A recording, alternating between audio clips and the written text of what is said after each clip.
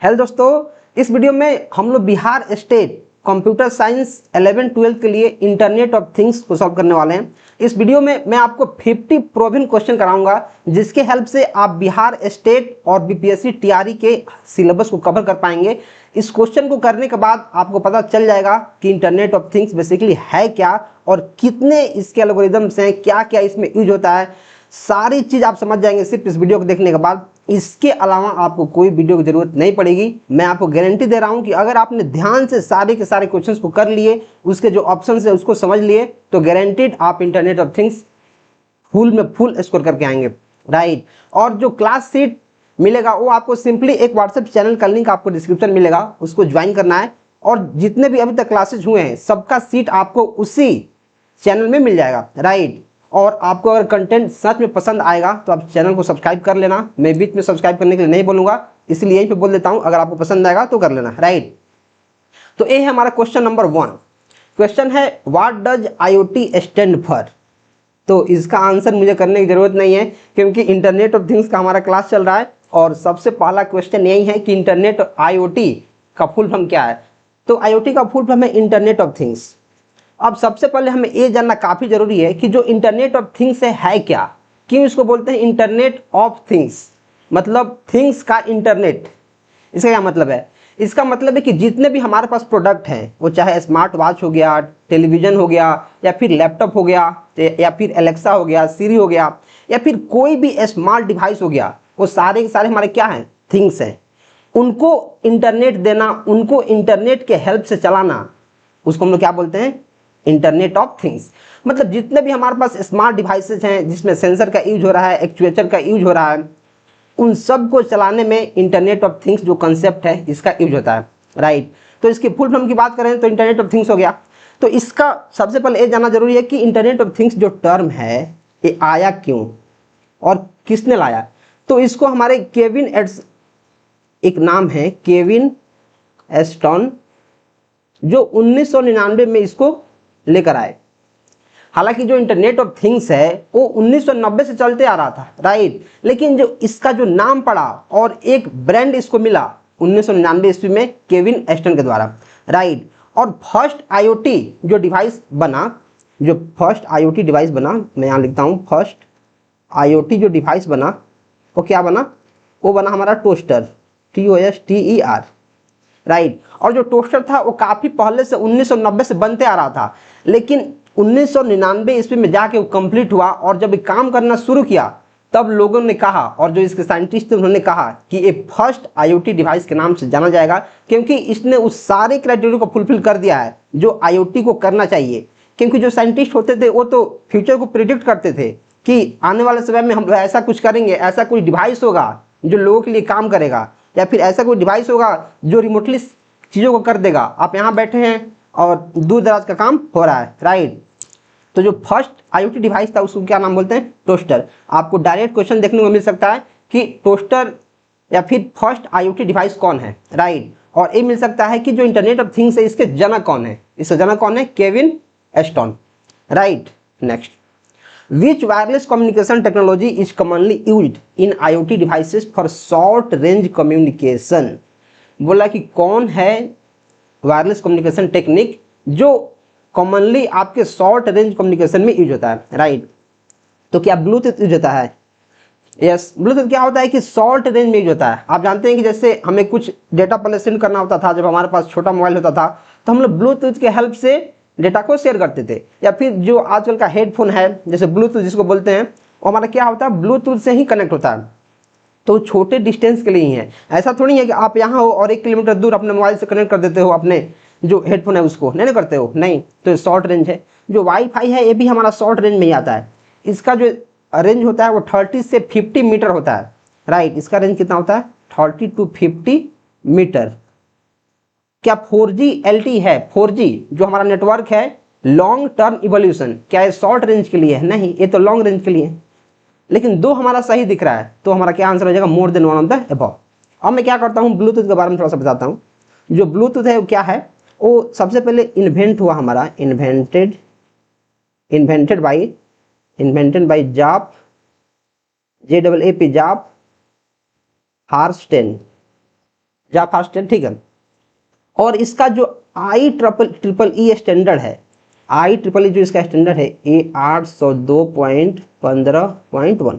देखो जो ब्लूटूथ है इसका जो IEEE स्टैंडर्ड है ये डायरेक्ट एग्जाम में पूछा जाता है। ऐसा दे देगा कि IEEE 802.15.1 किस डिवाइस के लिए होता है, राइट। तो अगर आपको इसका याद नहीं है तो आप इसको याद कर लो कि जो IEEE इसका स्टैंडर्ड होता है 802.15.1 होता है। हालांकि जो नेटवर्किंग का वीडियो था उसमें मैंने बहुत सारे डिवाइसेस का IEEE स्टैंडर्ड बताया है, तो अगर आपको नहीं पता है तो आप नेटवर्किंग वाला वीडियो देख सकते हो। 1.5 घंटा का वो वीडियो है जो आपको नेटवर्किंग में महारत हासिल करवा देगा। जितने स्टेट की और BPSC के सिलेबस हैं उनके लिए वो रामबाण है, राइट। तो ब्लूटूथ हमारा क्या है, इन्वेंटेड बाय जा फास्टन, और IEEE स्टैंडर्ड इसका ए है। और इसका रेंज की अगर मैं बात करूं, रेंज तो मैक्सिमम इसका रेंज जो होता है वो अप्रॉक्स 30 फीट के आसपास होता है, 30 फीट। और ये लो पावर कंज्यूम करता है, low power consumption, right. Power को काफी कम लेता है। अगर मैं वाईफाई की बात करूं तो इसका रेंज तो मैंने आपको बता ही दिया है, 30 से 50 मीटर होता है। इसका 30 फीट और यहाँ 30 से 50 मीटर, राइट। और इसकी अगर मैं बात करूं IEEE स्टैंडर्ड के बारे में, IEEE इसका स्टैंडर्ड कितना है, 802.11। इसका जो IEEE स्टैंडर्ड है वो 802.11 है। और ये थोड़ा सा ज़्यादा पावर कंज्यूम करता है, ये थोड़ा सा क्या करता है, ज़्यादा पावर, मतलब high power consumption than bluetooth, आप ऐसे समझो ब्लूटूथ। देखो जैसे आप राउटर लगाते हो, जो एयर फाइबर लगाते हो या फिर जो डेडिकेटेड फाइबर आता है उसको आप लगाते हो, तो जो उसका राउटर होता है या फिर वाईफाई का जो आप समझ लो कि सेट टॉप बॉक्स होता है, उसको आप हमेशा पावर में कनेक्ट करते हो, राइट। हमेशा वो पावर लेते रहता है और पावर लेने के साथ वो सेटेलाइट से कनेक्ट होता है जो उसका ऊपर का रिसीवर होता है, राइट। और तब जाके चीजें काम करती हैं। लेकिन अगर ब्लूटूथ की आप बात करेंगे तो इसमें काफी कम पावर लेता है। अगर ब्लूटूथ जो डिवाइस होता है उसको कनेक्ट करके आप गाना सुन रहे हो तो 10 घंटा चलते रहता है। लेकिन वाईफाई के केस में वैसा नहीं है। जो डेडिकेटेड वाईफाई है वो पावर लेता है, राइट। और जो 4G LTE है, 4G LTE ये तो हमारा शॉर्ट रेंज के लिए होता ही नहीं है, ये हमारा अलग से नेटवर्क है। जैसे जो 4G है तो पूरा ग्लोबली चलता है। जैसे मुकेश अंबानी का जो जियो 4G था और जो एयरटेल 4G था वो तो काफी दूर दराज के इलाकों में पहुंचता था, राइट। तो हमारा शॉर्ट रेंज में नहीं आएगा। लेकिन जो ब्लूटूथ है और वाईफाई है हमारा दोनों आंसर हो जाएगा, तो मोर देन अबव आंसर हो जाएगा। Next, in IoT the data collected by sensors is sent to. सबसे पहले हमें जाना है सेंसर क्या है। तो देखो सेंसर क्या है, सेंसर एक ऐसा डिवाइस है जो इन्वायरमेंट को सेंस करता है कि कौन सी डेटा काम का है। जैसे आप ये देखो, जैसे मैं बता रहा हूँ, जो स्ट्रीट लाइट होता है, स्ट्रीट लाइट सपोज कर लो ये लाइट है, स्ट्रीट लाइट, फोटो में से बन नहीं रहा लेकिन आप मान लो ये हमारे पास क्या है, स्ट्रीट लाइट।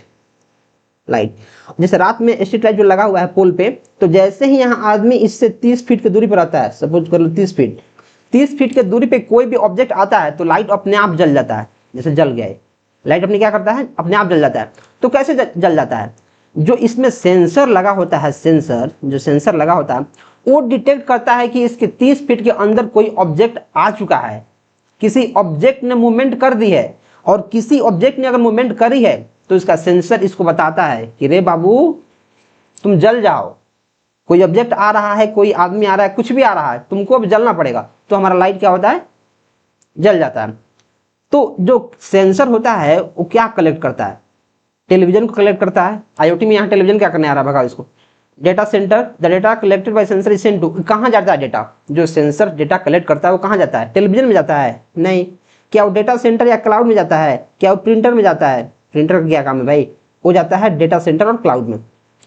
तो क्या होता है, जो सेंसर होता है वो डेटा को कलेक्ट करता है कि हाँ ऑब्जेक्ट कोई आ रहा है, और जो इसका प्रोग्राम है या फिर जो फंक्शनैलिटी है जो उसको क्लाउड में अपलोड किया गया है, जो इसका फंक्शनैलिटी है उसको एक बार ट्रिगर करता है कि यहाँ कोई हमें मूवमेंट दिखाई दे रही है।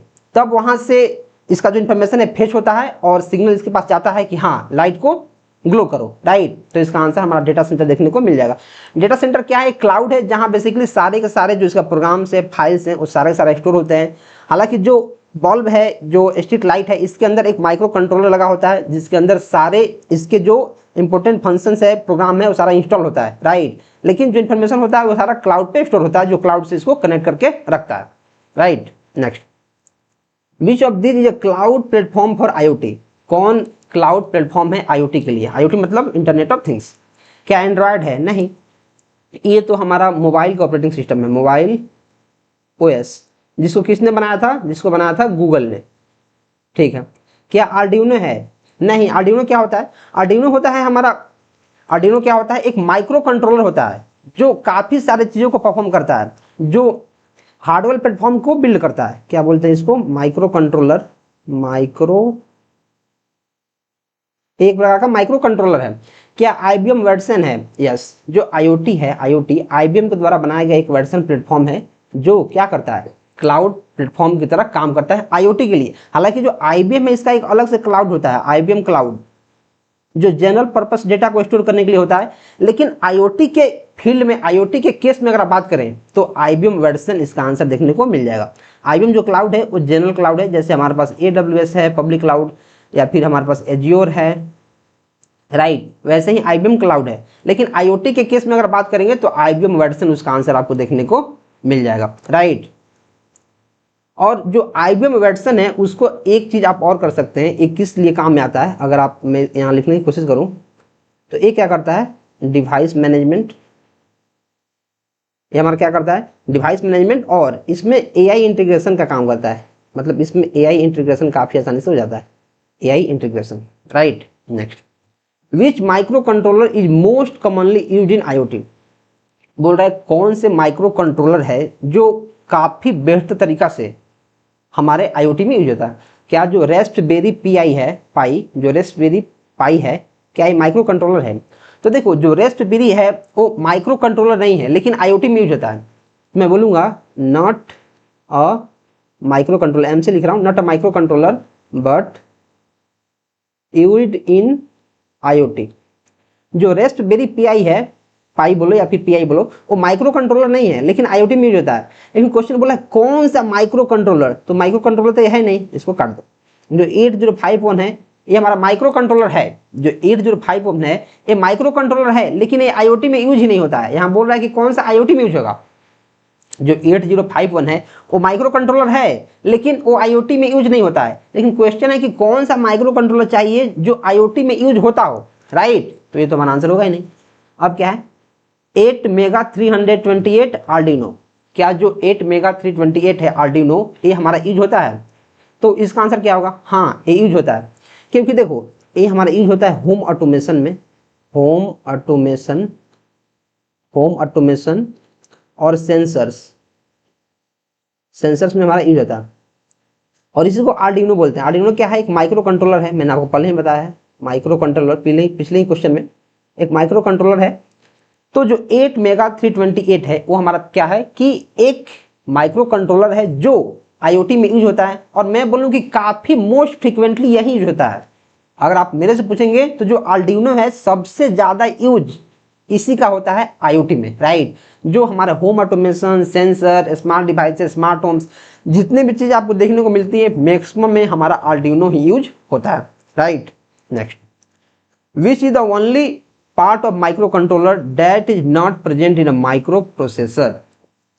तो मैं आपको जो हमारा COA का वीडियो था उसमें काफी बेहतर तरीका से माइक्रो कंट्रोलर क्या होता है और माइक्रो प्रोसेसर क्या होता है मैंने आपको बताया था। तो एक बार मैं आपको फिर से यहाँ रिकैप करा देता हूँ। हालांकि आप अगर मेरा पहला वीडियो देखे होंगे COA का, कंप्यूटर ऑर्गेनाइजेशन का, तो आपको पता चला होगा कि इन दोनों में डिफरेंस क्या है। जो माइक्रो प्रोसेसर होता है, मतलब माइक्रो मतलब छोटा और प्रोसेसर मतलब प्रोसेसर, मतलब सिंगल CPU होता है, सिंगल CPU चिप होता है, ठीक है। लेकिन जो माइक्रो कंट्रोलर होता है वो होता है स्मॉल कंप्यूटर, जिसमें इसका स्टोरेज, रैम, रोम सारा चीज होता है। तो जो माइक्रो कंट्रोलर है वो एक तरह का कंप्यूटर है, एक छोटा डिवाइस है जो स्मार्ट है। लेकिन माइक्रो प्रोसेसर की अगर आप बात करेंगे तो सिर्फ प्रोसेसर है, इसमें थोड़ा सा स्टोरेज डिवाइस है, लेकिन एक कंप्लीट पैकेज नहीं है, एक प्रोसेसर है, राइट, एक सिंगल CPU का चिप है। तो बोल रहा है कौन सा एक पार्ट है जो माइक्रो कंट्रोलर को माइक्रो प्रोसेसर से अलग बनाता है? तो जो माइक्रो प्रोसेसर है इसमें रैम होता है, जो माइक्रो प्रोसेसर है इसमें रोम होता है, जो माइक्रो प्रोसेसर है इसमें इनपुट आउटपुट पार्ट्स नहीं होता है, राइट। और बोल रहा है कि कौन सा डिफरेंट है, तो हमारा इनपुट आउटपुट पार्ट्स इसका आंसर हो जाएगा। इनपुट आउटपुट जो पोर्ट्स है, पार्ट्स बोल रहे हैं, जो पोर्ट्स है वो होता है माइक्रो कंट्रोलर में, क्योंकि माइक्रो कंट्रोलर तो complete small package of computer है जिसमें सारे के सारे चीजें हैं, लेकिन माइक्रो प्रोसेसर में ये नहीं है, राइट। तो यही इनको डिफर करता है।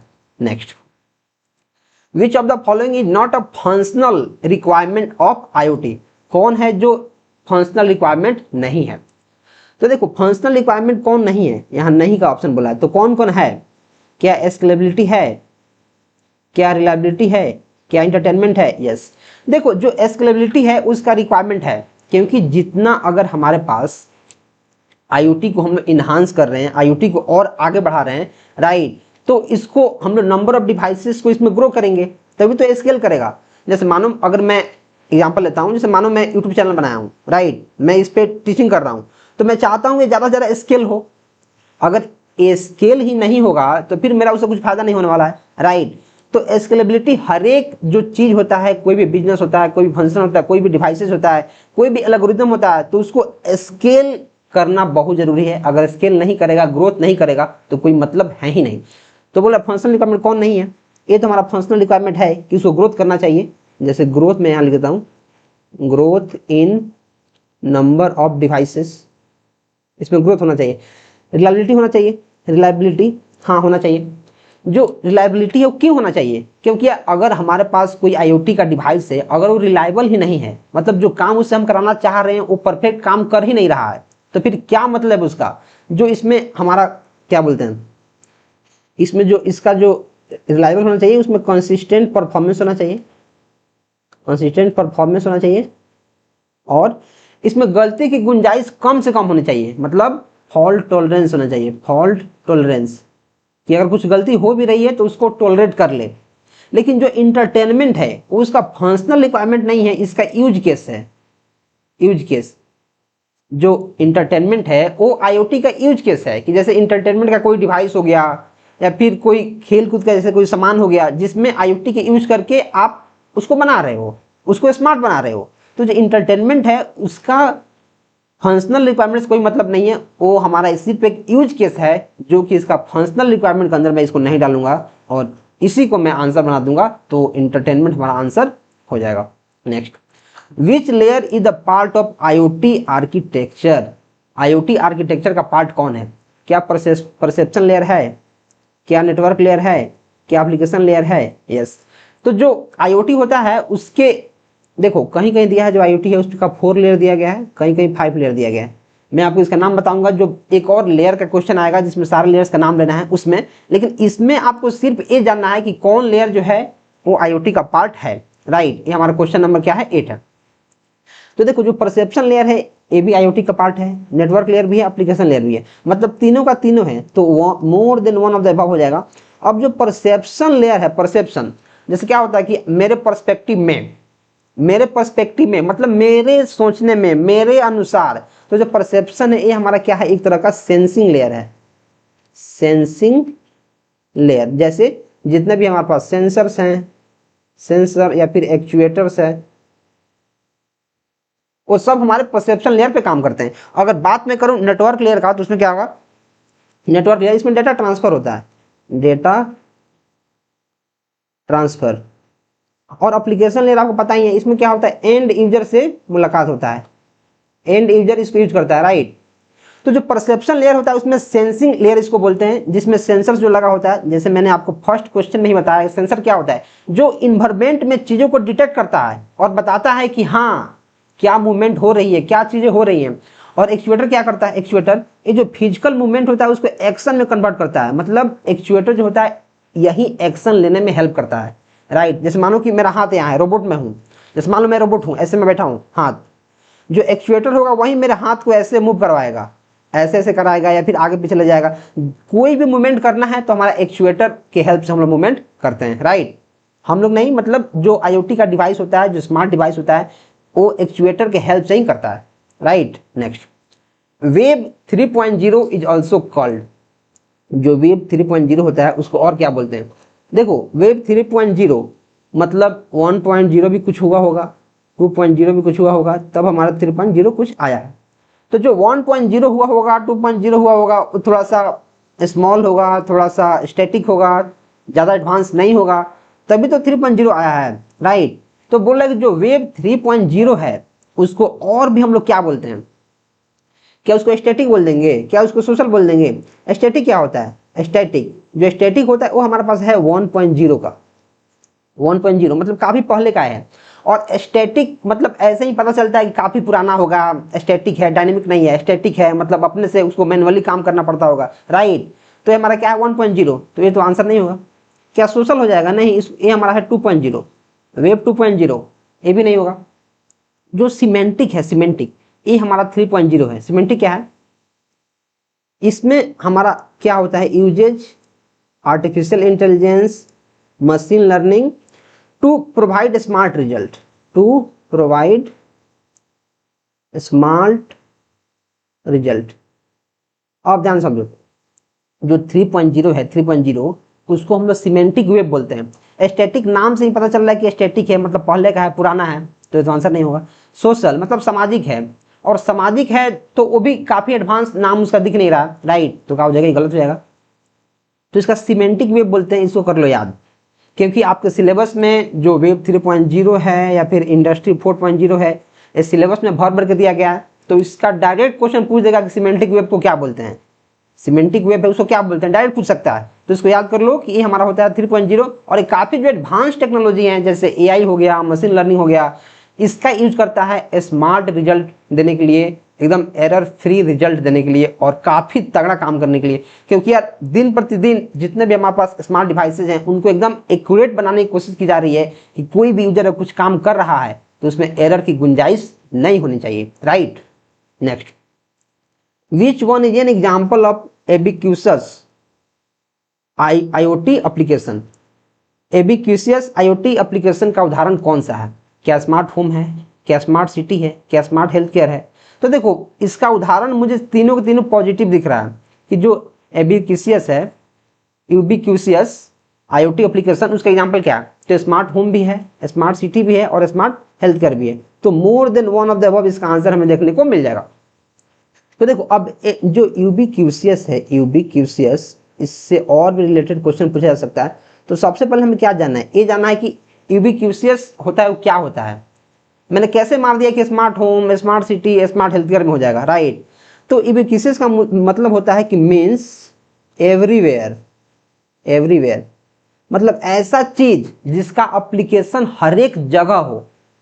देखो यूबिक्यूसियस का अगर आपको मीनिंग पता चल जाएगा, जो इसका मीनिंग होता है एवरीवेयर, सब जगह, तो आप इसका आंसर कर पाएंगे कि मतलब ऐसा सेंसर, ऐसा एल्गोरिदम, या फिर ऐसा चीज जो हर एक जगह अवेलेबल हो, राइट, जो any time everywhere available, everywhere, everywhere या फिर एनी टाइम।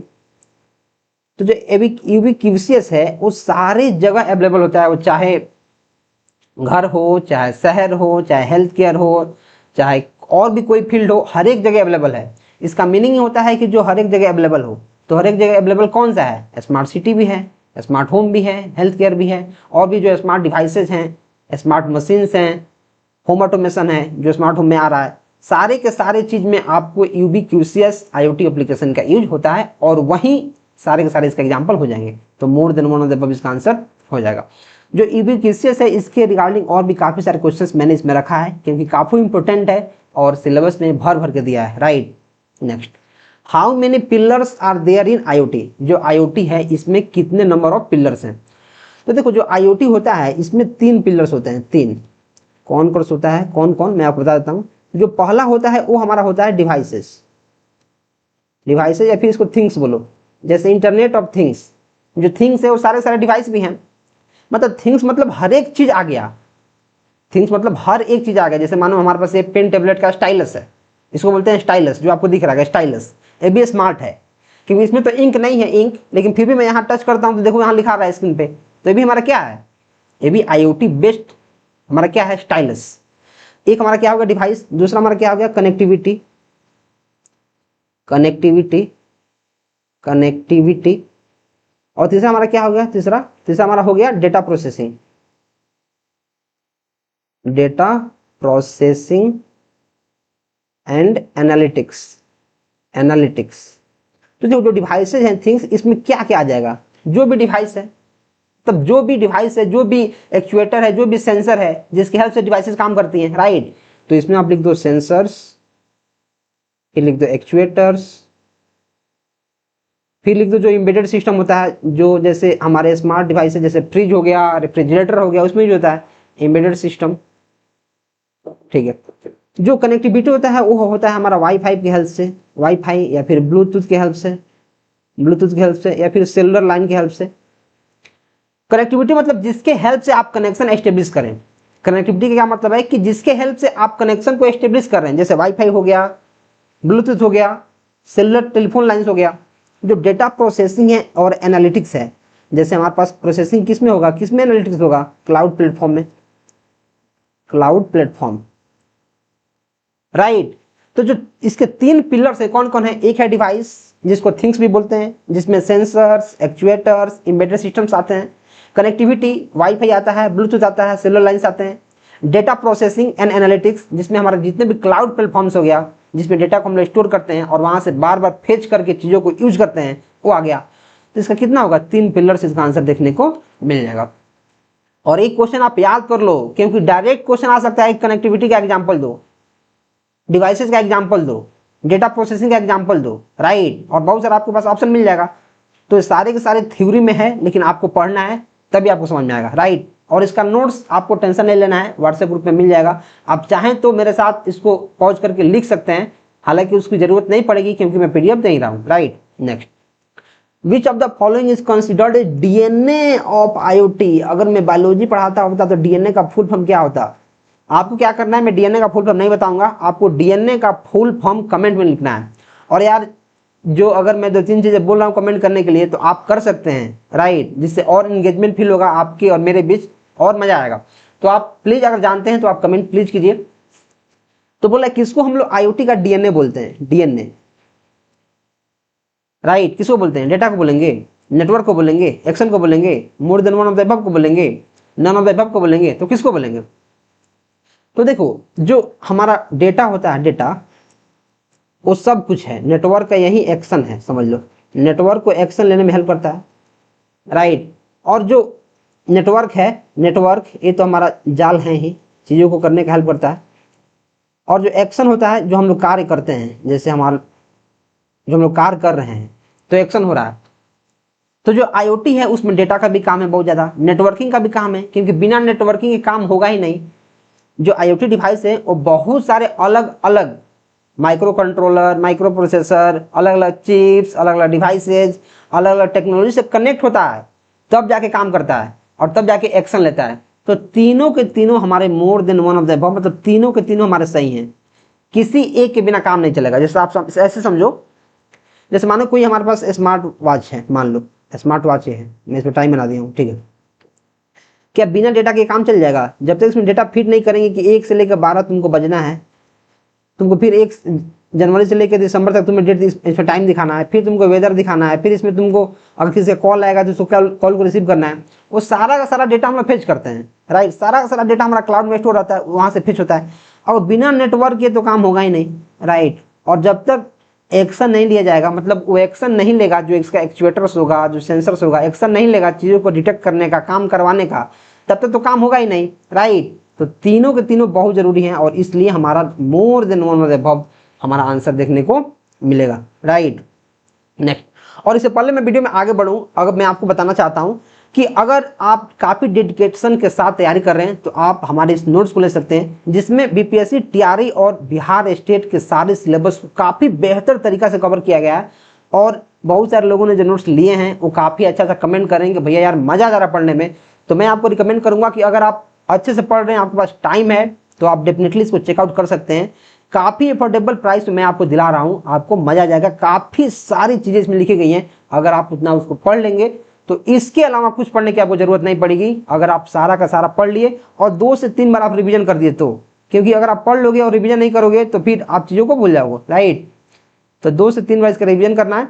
और आपको साथ ही साथ एक काफी भयंकर प्रैक्टिस सेट भी मैं दिला रहा हूं, जिसमें अभी तक जितने भी स्टेट पेपर हुए हैं उनका एमसीक्यू मिल जाएगा, उनका प्रीवियस ईयर क्वेश्चंस मिल जाएगा, जो भी पीएससी टीआरई हुआ उसका प्रैक्टिस सेट मिल जाएगा, उसका पीआईक्यू मिल जाएगा, और 15 प्लस एक्चुअल सेट्स मिल जाएंगे इस एग्जाम पे बेस्ट, जो डेफिनेटली आपकी हेल्प कर रहे होंगे।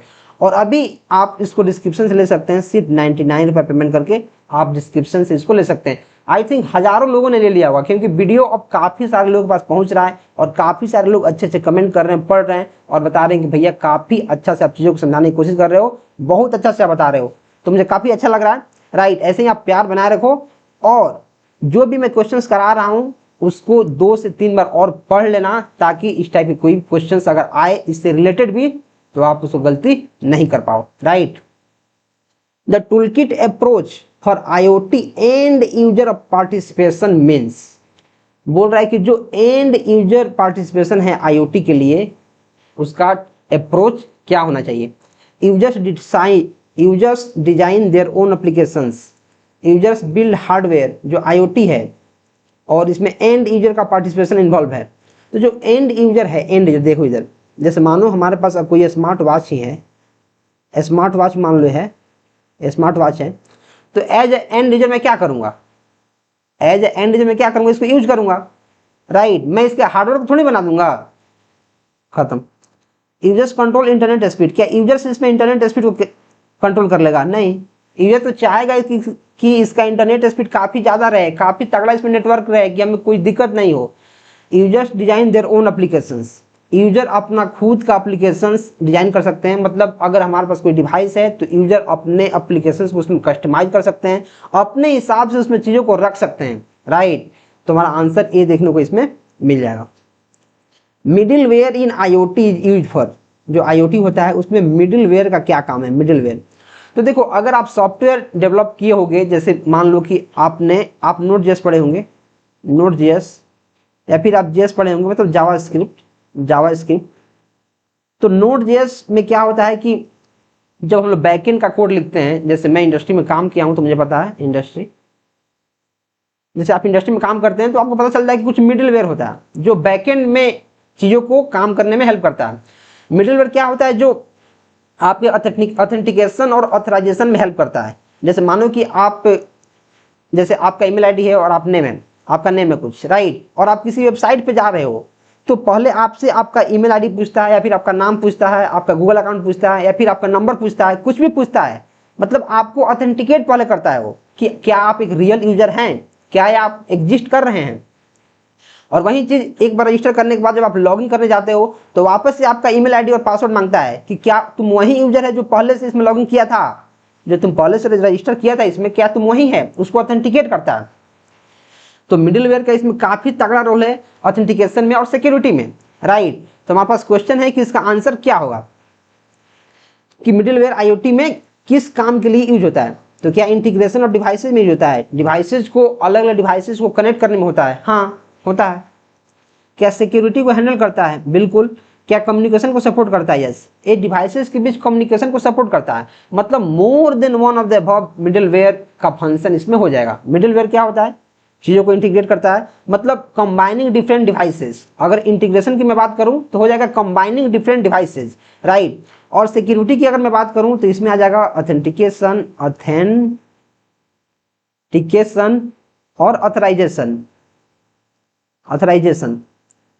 ऑथेंटिकेशन और ऑथराइजेशन।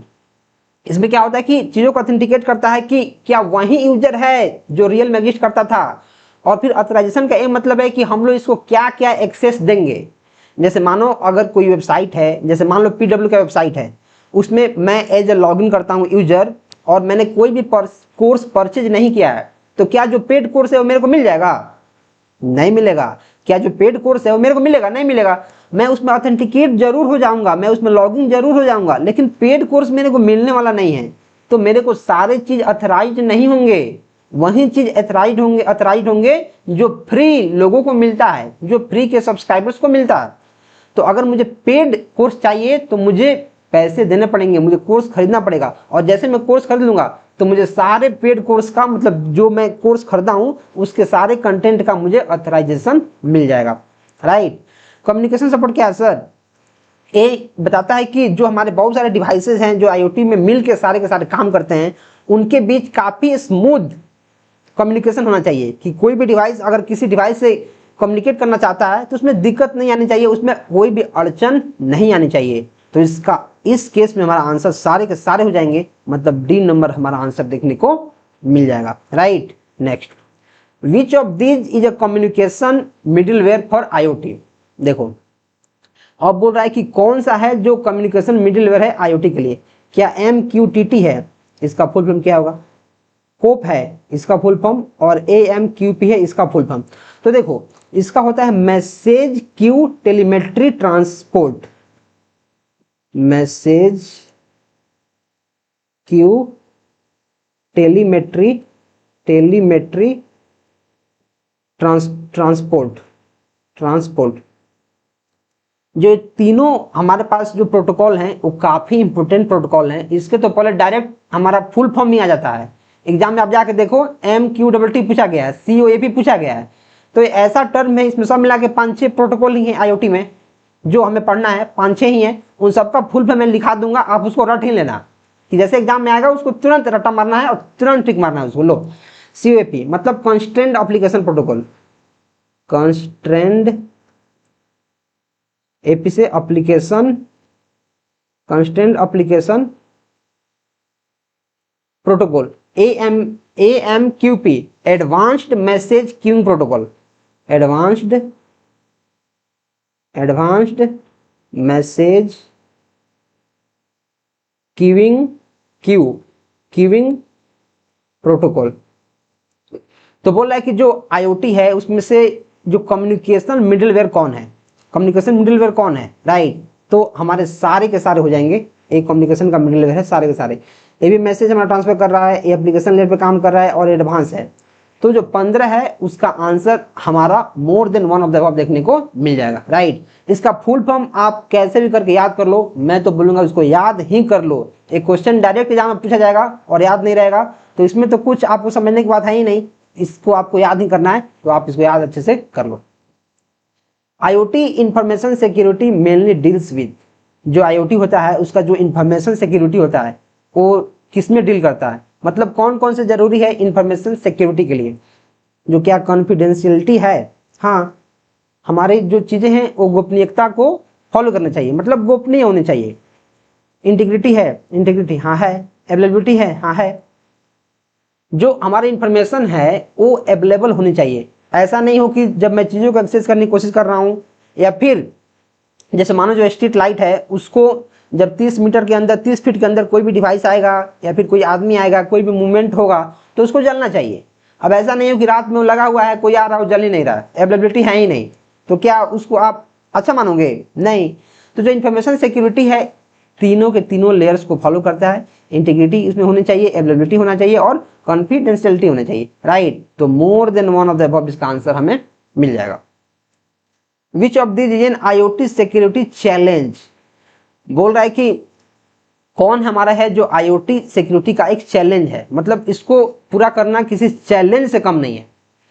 तो देखो आईओटी जो होता है, आईओटी आपको पता है कि इसको सिक्योर करना बहुत जरूरी है। अगर सिक्योर नहीं करेंगे तो काफी इसमें हानि हो जाएगा। राइट, जैसे मान लो कि आप कोई आपके स्मार्ट होम्स हैं या फिर स्मार्ट कोई डिवाइस है या फिर कोई भी चीज है, अगर वो सिक्योर नहीं है, डेटा ब्रीच उसमें हो रहा है, जो हैकर्स हैं, अटैकर्स हैं, वो फिशिंग कर रहे हैं, वो डेटा को चुरा रहे हैं, तो क्या उसको आप अच्छा मानोगे? नहीं।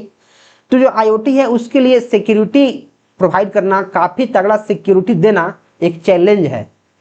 तो कौन कौन से चैलेंज इसमें है? डेटा को प्राइवेट करना, हाँ प्राइवेसी के लिए बहुत बड़ा चैलेंज है कि डेटा को कैसे प्राइवेसी रखी जाए, बाहर डेटा लीक नहीं हो, यूजर्स को कोई नुकसान नहीं हो, यूजर्स का डेटा चोरी नहीं हो। राइट, डिवाइस ऑथेंटिकेशन, यस मैंने आपको पहले ही बताया कि जो इसमें मिडलवेयर होते हैं वो डिवाइस को ऑथेंटिकेशन में हेल्प करते हैं।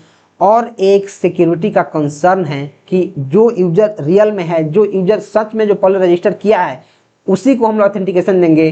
कोई भी अनऑथराइज्ड यूजर को डायरेक्ट ऑथेंटिकेशन नहीं मिलेगा, उसका सारा डेटा हम लोग चेक करेंगे। तो ये भी आईओटी के लिए एक सिक्योरिटी चैलेंज ही है। कि चैलेंज क्यों है? ये चैलेंज इसलिए है कि सबको हमें चेक करना है, हमको जमीनी स्तर पर सब कुछ चेक करना है कि क्या ये ऑथराइज्ड ऑथेंटिकेटेड यूजर है, क्या ये वही यूजर है जिसने हमें रिक्वेस्ट सेंड किया था, राइट। स्केलेबिलिटी, देखो अगर आप छोटे स्केल पे बोलते हो, मतलब जैसे मानो कि आप कोई डिवाइस बना रहे हो या कोई चीज़ बना रहे हो जो सिर्फ आपके घर में यूज होता है या फिर छोटे से एरिया में यूज होता है, तो उस समय बहुत बड़ा उसको करने के बारे में हम लोग नहीं सोच सकते हैं। लेकिन जैसे ही मानो कोई ऐसा नेटवर्क है या फिर कुछ ऐसा डिवाइस है जो पूरे पूरे सिटी को कंट्रोल कर रहा है या फिर पूरे पूरे कंट्री को कंट्रोल कर रहा है, तो उस समय जो स्केलेबिलिटी है वो भी हमारे लिए एक चैलेंज हो जाएगा, राइट। क्या बोल रहा हूँ, स्केलेबिलिटी जो है वो भी हमारे लिए क्या हो जाएगा, एक चैलेंज हो जाएगा। तो इस केस में अगर आप बात करें तो जो तीनों के तीनों हमारे क्या हैं, चैलेंज ही हैं, और तीनों के तीनों हैं मतलब more than one of the above. D number हमारा आंसर देखने को मिल जाएगा। Next, which of this is not considered a motivation factor for IoT adoption. बोल रहा है कि कौन है जिसको हम लोग IoT जो है उसका मोटिवेशन फैक्टर नहीं मानते हैं, कि जिसके बिना भी IoT काम करते रहेगा, मतलब IoT के लिए मोटिवेशन नहीं है। एनर्जी एफिशिएंसी, अगर ज़्यादा एनर्जी एफिशिएंट होगा तो मोटिवेशन ही है कि हम चीज़ों को और काम करेंगे, क्योंकि ज़्यादा से ज़्यादा डिवाइस कम एनर्जी में चल पाएगा, एनर्जी एफिशिएंट है, राइट। तो ये तो हमारा है, मोटिवेशन है। बेटर डिसीजन मेकिंग, अगर बेटर डिसीजन मेक करेगा, अगर अच्छे से रिजल्ट लाएगा, अच्छे से डिसीजन लेगा, तो हमारे लिए पॉजिटिव है, ये तो हमारे लिए मोटिवेशन की बात है, राइट, कि हमारा डिवाइस अच्छे से काम कर रहा है, हमें ज़्यादा कुछ अपने से मैनुअली करने की जरूरत नहीं है, सारा का सारा डिसीजन हमारा हो रहा है। तो क्या जो बेटर डिसीजन मेकिंग है वो मोटिवेशन है? हाँ है। मैनुअल प्रोसेसिंग, ये हमारा मोटिवेशन नहीं है, क्योंकि मैनुअल प्रोसेसिंग को हम लोग हटाने की कोशिश करते हैं, ऐसा करते हैं कि कम से कम मैनुअल चीज़ें हो, सारी की सारी चीज़ ऑटोमेटेड हो, AI की हेल्प से हो, मशीन लर्निंग की हेल्प से हो। जो IoT है वो AI और मशीन लर्निंग को यूज करता है, तभी तो जो हमारी मशीन होती हैं वो सीखी रहती हैं कि कोई मशीन से हमें काम करवाना है तो हम इंस्ट्रक्शन देते हैं, वो मशीन हमारा काम कर देता है, क्योंकि AI और ML उसमें यूज हो रहा है, राइट। तो हमें क्या करना है, कौन सा मोटिवेशन फैक्टर नहीं है, तो जो मैनुअल प्रोसेसिंग है, मैनुअल प्रोसेसिंग को हमें घटाना है, तो ये हमारे लिए मोटिवेशन नहीं हो सकता है, बल्कि ये डिमोटिवेशन होगा। जो मैनुअल प्रोसेसिंग है ये डिमोटिवेशन होगा कि इसको कम करो, कम से कम इसको करो, राइट। तो C नंबर हमारा आंसर देखने को मिलेगा। Next, IoT architecture follow which model for communication. जो IoT का आर्किटेक्चर है वो कौन मॉडल को फॉलो करता है, राइट। तो देखो, जो क्लाइंट सर्वर क्या मॉडल होता है IoT में? हाँ होता है। क्या पब्लिशर सब्सक्राइबर्स होता है? हाँ होता है। क्या पीयर टू पीयर होता है? हाँ होता है। तो देखो, जो पीयर टू पीयर होता है वो होता है, लेकिन काफ़ी कॉमन है, मतलब काफ़ी कम कॉमन है, लेस कॉमन, ज़्यादा आज इसका यूज नहीं होता है। ज़्यादा किसका यूज होता है सर?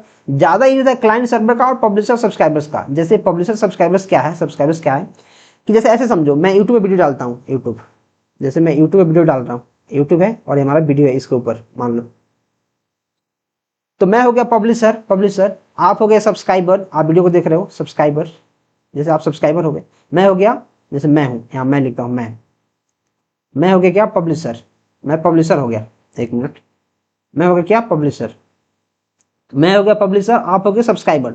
तो पब्लिशर सब्सक्राइबर्स मोड। लेकिन इसमें हम थर्ड पार्टी ऐप का यूज करते हैं। जो IoT होता है इसमें थर्ड पार्टी एप्लीकेशन का यूज करता है। जैसे मैं आपको रियल लाइफ एग्जांपल के थ्रू यहाँ समझा रहा हूँ कि मैं हो गया पब्लिशर, मैं वीडियो को पब्लिश कर रहा हूँ, आप हो गए सब्सक्राइबर्स, आप वीडियो को कंज्यूम कर रहे हो, वीडियो को देख रहे हो, राइट।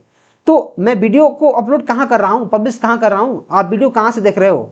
तो आप वीडियो देख रहे हो एक प्लेटफॉर्म से जिसका नाम है यूट्यूब। तो जो यूट्यूब है वो पब्लिशर सब्सक्राइबर मॉडल का एक एग्जाम्पल है, ऐसे आप समझो, राइट। ये तो हो गया, ये हमारा मॉडल है। जो पीयर टू पीयर है वो लेस कॉमन है, ठीक है। जो क्लाइंट सर्वर है, क्लाइंट सर्वर ये रिक्वेस्ट और रिस्पॉन्स के हेल्प से चलता है, रिक्वेस्ट रिस्पॉन्स। एक तरह से आप इसको पब्लिशर सब्सक्राइबर्स मोड की तरह ही मान सकते हो। कि कैसे मान सकते हो? जैसे मान लो कि यहाँ वेब ब्राउजर है, ये वेब ब्राउजर है, जैसे मान लो वेब ब्राउजर जैसे मान लो क्रोम है, क्रोम। आप जा रहे हो और इस पर सर्च कर रहे हो, जैसे मानो आप त्रिलोकी सर्च कर रहे हो, त्रिलोकी, आप क्रोम पे गए, त्रिलोकी सर्च किए, तो आपने क्या किया, आपने रिक्वेस्ट किया, आपने जो वेब ब्राउजर है उसको रिक्वेस्ट किया कि हे वेब ब्राउजर तुम मुझे इस आदमी के बारे में बताओ, तुम बताओ कि त्रिलोकी कौन है। तो ये जो क्रोम होगा, क्रोम इसका जो डेटा सेंटर होगा, जो सर्वर होगा, उस पर इस रिक्वेस्ट को भेजेगा, उधर से भेजेगा और जाकर सर्च करेगा, अरे कौन है त्रिलोकी बताओ इसको, यहाँ सर्च करेगा, अगर कुछ डेटा मिल गया तो वहां से लेके आएगा और फिर रिस्पॉन्ड करेगा, रिस्पॉन्ड ये तुम्हें रिस्पॉन्स देगा, रिस्पॉन्ड करेगा कि रे बाबू ए है, जो त्रिलोकी तुमने सर्च किया है उसके बारे में ये इन्फॉर्मेशन मुझे मिला है, तुम इसको पढ़ लो, राइट। तो ये हमारा क्लाइंट सर्वर किस पे काम करता है, रिक्वेस्ट और रिस्पॉन्स के प्रिंसिपल पे काम करता है। तो हमारे तीनों के तीनों इसमें आईओटी के आर्किटेक्चर में ही आएंगे। और जो पीयर टू पीयर है ये भी हमारा है, लेकिन काफी कम इसका यूज हो रहा है, लेस कॉमन हो गया है, लेकिन फिर भी है, right. Next, in web 3.0 data is understood and processed bye, जो वेब 3.0 है इसमें जो डेटा है उसको समझा जाता है और प्रोसेस किया जाता है किसके द्वारा, क्या ह्यूमन के द्वारा किया जाता है? नहीं, ये तो हमारा 1.0 और 2.0 में थोड़ा बहुत किया जाता था, ये तो नहीं होगा। क्या मशीन्स के द्वारा किया जाता है? बिल्कुल। क्या ह्यूमंस के द्वारा किया, भगाओ इसको, मशीन्स होगा लेकिन ह्यूमंस नहीं होगा, तो बोथ नहीं होगा, तो बी नंबर हमारा आंसर देखने को मिल जाएगा। तो देखो, जैसे मैंने आपको वेब 3.0 के बारे में पढ़ाया है कि सिमेंटिक वेब पे काम करता है और ये हमारा डायनेमिक होता है और ऑटोमेटिक सारी चीज में काम होती हैं, तब आप इसको काफी अच्छा से आंसर कर पाए, राइट। नहीं तो ऐसे आप तुक्का मारते कि अरे यार ह्यूमन भी तो कर सकता है, बोथ हो जाएगा, राइट। लेकिन आपने पढ़ लिया कि जो 3.0 है ये सिमेंटिक वेब को यूज करता है, इसमें काफी सारी मशीनें काम करती हैं, और जो 1.0 2.0 है वो स्टैटिक है और काफी नीचे लेवल का है, लेकिन जो वेब 3.0 है वो हमारा डायनेमिक है, राइट, वो स्टैटिक नहीं है। Next, which of the following is the correct sequence of IoT architecture layer. अब देखो, जो IoT है, IoT उसके आर्किटेक्चर लेयर के बारे में पूछा जाता है, तो इसके जो आर्किटेक्चर के लेयर होते हैं वो तो 5 होते हैं, किसी किसी डिवाइस में, किसी किसी बुक में 4 भी होता है। तो आप 5 को 4 को दोनों को मान सकते हो। अगर ऑप्शन में more than one of the above है तो दोनों को टिक लगा सकते हो, नहीं तो मोस्ट प्रोबेबली आज के हिसाब से आपको 5 को टिक मानना चाहिए। और पांचों का नाम मैं आपको बताऊंगा, एक क्वेश्चन है उससे रिलेटेड, मैं उसमें सारे के नाम गिना दूंगा। तो क्या सबसे पहले एप्लीकेशन लेयर है, फिर नेटवर्क लेयर, फिर परसेप्शन लेयर, या फिर पहले परसेप्शन लेयर, नेटवर्क लेयर, फिर एप्लीकेशन लेयर, या फिर नेटवर्क लेयर, परसेप्शन लेयर और एप्लीकेशन लेयर? तो इसका आंसर कौन होगा? देखो, एप्लीकेशन मतलब होता है एंड यूजर, और परसेप्शन मतलब होता है सेंसिंग लेयर, मतलब पहले सेंस करता है। तो क्या पहले एंड यूजर के पास ही पहुंच जाएगा तब हमारा सेंसर काम करेगा? नहीं, ये तो काटो इसको। पहले हमारी चीजों को सेंस करेगा, राइट, पहले एक्चुएटर उसमें जाके उससे काम करवाएगा, पहले सेंसर आएगा, फिर उस इन्वायरमेंट से डेटा कलेक्ट करेगा, उसे काम करवाएगा, तब ना एंड यूजर के पास जाएगा जी। तो ये हमारा आंसर नहीं होगा। क्या पहले सेंसिंग हो जाएगा? यस। फिर नेटवर्क से कनेक्ट होगा? यस। फिर हमारे एंड यूजर के पास जाएगा? यस। ये हमारा आंसर हो जाएगा। क्या पहले नेटवर्किंग हो जाएगा? भगा इसको, पहले नेटवर्किंग हो जाएगा? गलत। उसके बाद सेंसर होगा? गलत, गलत। तो बी नंबर हमारा आंसर देखने को मिल जाएगा। और ये जो परसेप्शन है, नेटवर्क है, एप्लीकेशन है, इसके बारे में डिटेल में मैंने आपको पहले ही पढ़ा दिया है। तो आप अगर शुरू से पढ़ते आ रहे हो तो आप काफी सारी चीजों को जान गए होंगे अभी तक, और आपको काफी मजा भी आ रहा है। तो एक बार आप आराम से कमेंट कर सकते हैं। और next, COAP in IoT is primarily design for. जो COAP है, सबसे पहले इसका फुल फॉर्म आपको पता रहना चाहिए। तो मैंने आई थिंक जो इसका प्रोटोकॉल है, जो 3 प्रोटोकॉल्स आया था पहले, मैं उसमें ही इसका फुल फॉर्म बता दिया हूं, लेकिन मैं फिर से बता दूंगा। इसका होता है कंस्ट्रेंड एप्लीकेशन प्रोटोकॉल। COAP का फुल फॉर्म क्या होता है? कंस्ट्रेंड एप्लीकेशन प्रोटोकॉल, क्योंकि एक क्वेश्चन डायरेक्ट एग्जाम में पूछा जाता है, डायरेक्ट। तो किसके लिए यूज होता है? क्या ये लो पावर डिवाइसेस के लिए यूज होता है? क्या ये हाई बैंडविड्थ वीडियो स्ट्रीमिंग के लिए यूज होता है? या फिर एक क्लाउड गेमिंग के लिए यूज होता है? तो जो कॉन्स्ट्रेंट एप्लीकेशन प्रोटोकॉल है वो क्लाउड गेमिंग के लिए यूज नहीं होता है, क्लाउड के लिए नहीं होता है, मतलब वीडियो स्ट्रीमिंग के लिए भी यूज नहीं होता है। और चूंकि काफी छोटा सा प्रोटोकॉल है, कॉन्स्ट्रेंट एप्लीकेशन लेयर प्रोटोकॉल है, तो आप इसको लो पावर डिवाइसेज में रख सकते हो। आपको इसको याद कर लेना है कि जो COAP है वो लो पावर डिवाइसेस के लिए डिजाइन किया गया है, जिसका फुल फॉर्म है constraint application protocol. Next, which feature differentiates web 3.0 from web 2.0। जो वेब 3.0 है, वेब 2.0, एक काफी इंपॉर्टेंट क्वेश्चन है, सिलेबस में भर भर के दिया है और इसमें से क्वेश्चन आएगा ही आएगा, राइट। तो आप प्लीज इसको अच्छे से समझो, क्योंकि समझना बहुत जरूरी है। तो बोल रहा है कि जो क्या है, जो 3.0 को 2.0 से अलग कर रहा है, क्या कर रहा है? Social networking, semantic understanding of data, multimedia sharing. तो देखो, जो मल्टीमीडिया शेयरिंग है तो दोनों में हो जाएगा। जैसे मानो कोई वीडियो सेंड करना है या फिर कोई फाइल सेंड करना है, टेक्स्ट सेंड करना है, ये तो दोनों में हो जाएगा, तो ये तो डिफरेंस नहीं है। जो सोशल नेटवर्किंग है, देखो जो नेटवर्क है वो आज से चलता नहीं आ रहा है, वो 1984-85 चलता आ रहा है, 80 से चलते आ रहा है, 17 से चलते आ रहा है। जो सोशल नेटवर्किंग है वो काफी सारे दिन से चलती आ रही है, राइट। लेकिन जो वेब 3.0 ये तो अभी आ रहा है, ये तो अभी आया है कुछ सालों में, राइट। तो सोशल नेटवर्किंग भी पहले से चलते आ रहा था, ये हमारा आंसर नहीं होगा। लेकिन जो सिमेंटिक अंडरस्टैंडिंग ऑफ डेटा है, सिमेंटिक अंडरस्टैंडिंग, जो चीजों को हाई लेवल जैसे आर्टिफिशियल इंटेलिजेंस हो गया, मशीन लर्निंग हो गया, उन सब को देख के चीजों को सीखता है, उन सब को एनालाइज करके चीजों को सीखता है, तो वो हमारा 3.0 में ही संभव है, 3.0 में ही संभव है, 2.0 में संभव नहीं था। तो यही हमें इससे अलग बनाता है।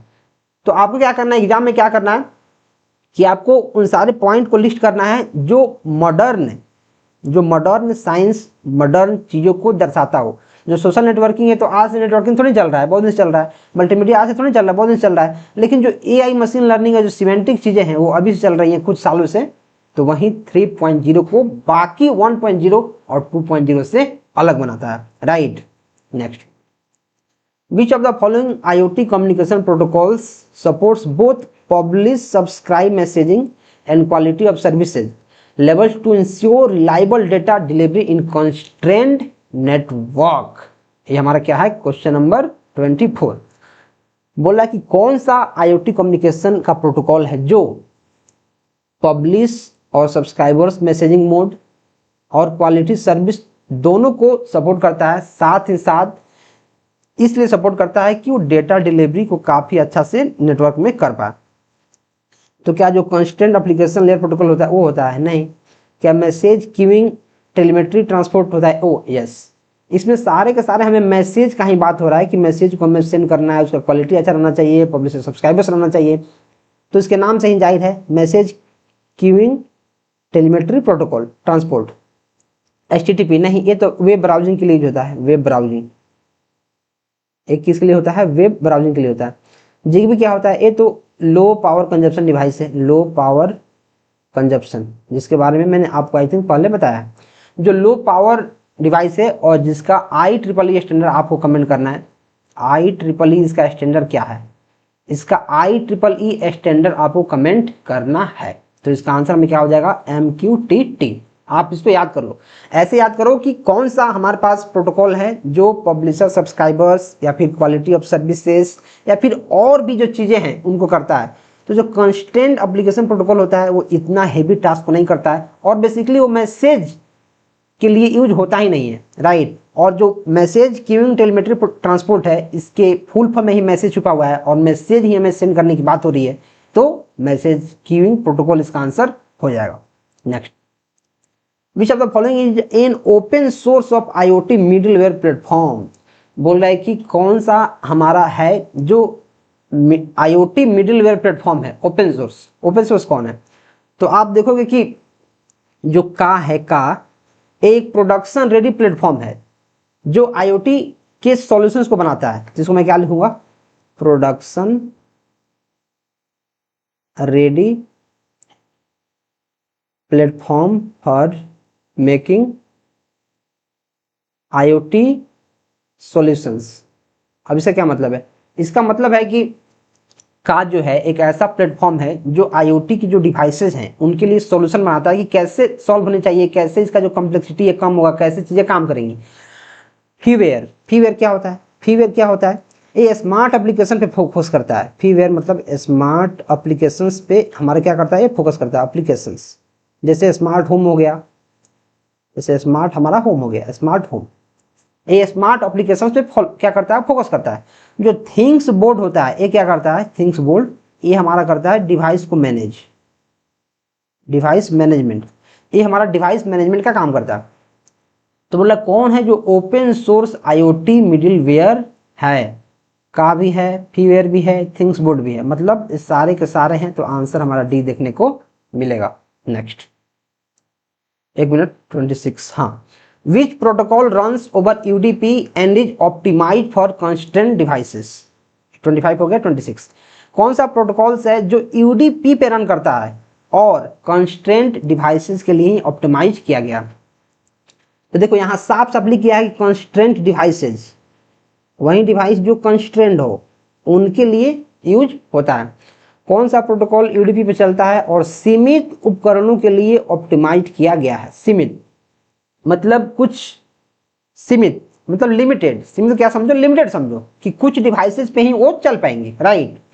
क्या MQTT EMQTT हो जाएगा, ये क्या होता है, मैसेज क्यूइंग टेलीमेट्री ट्रांसपोर्ट, ये हमारा TCP पे बेस्ड है, TCP पे। क्या कोप हो जाएगा, यस, ये हमारा UDP पे बेस्ड है, UDP। क्या AMQP मतलब एडवांस मैसेजिंग क्यूइंग प्रोटोकॉल, क्या ये हो जाएगा, ये भी हमारा TCP पे बेस्ड है, TCP। तो बोल रहा है कि UDP पे कौन बेस्ट है भाई, तो UDP पे हमारा कोप बेस्ट है। अब इसको आप ऐसे याद रख सकते हो कि अगर कंस्ट्रेंट क्वेश्चन में आएगा, कंस्ट्रेंट डिवाइसेस का नाम आएगा, डिवाइस का नाम आना चाहिए, कंस्ट्रेंट मतलब लिमिटेड, तो आप मार सकते हो कि कोप है। या फिर आप इसको 2-3 बार पढ़ के याद कर सकते हो कि जो मैसेजिंग वाला है, जो मैसेजिंग वाला है, देखो ये भी मैसेजिंग वाला है, ये भी मैसेजिंग वाला है, तो ये हमारा TCP है, मैसेज मतलब TCP, और जो बिना मैसेज वाला है वो UDP।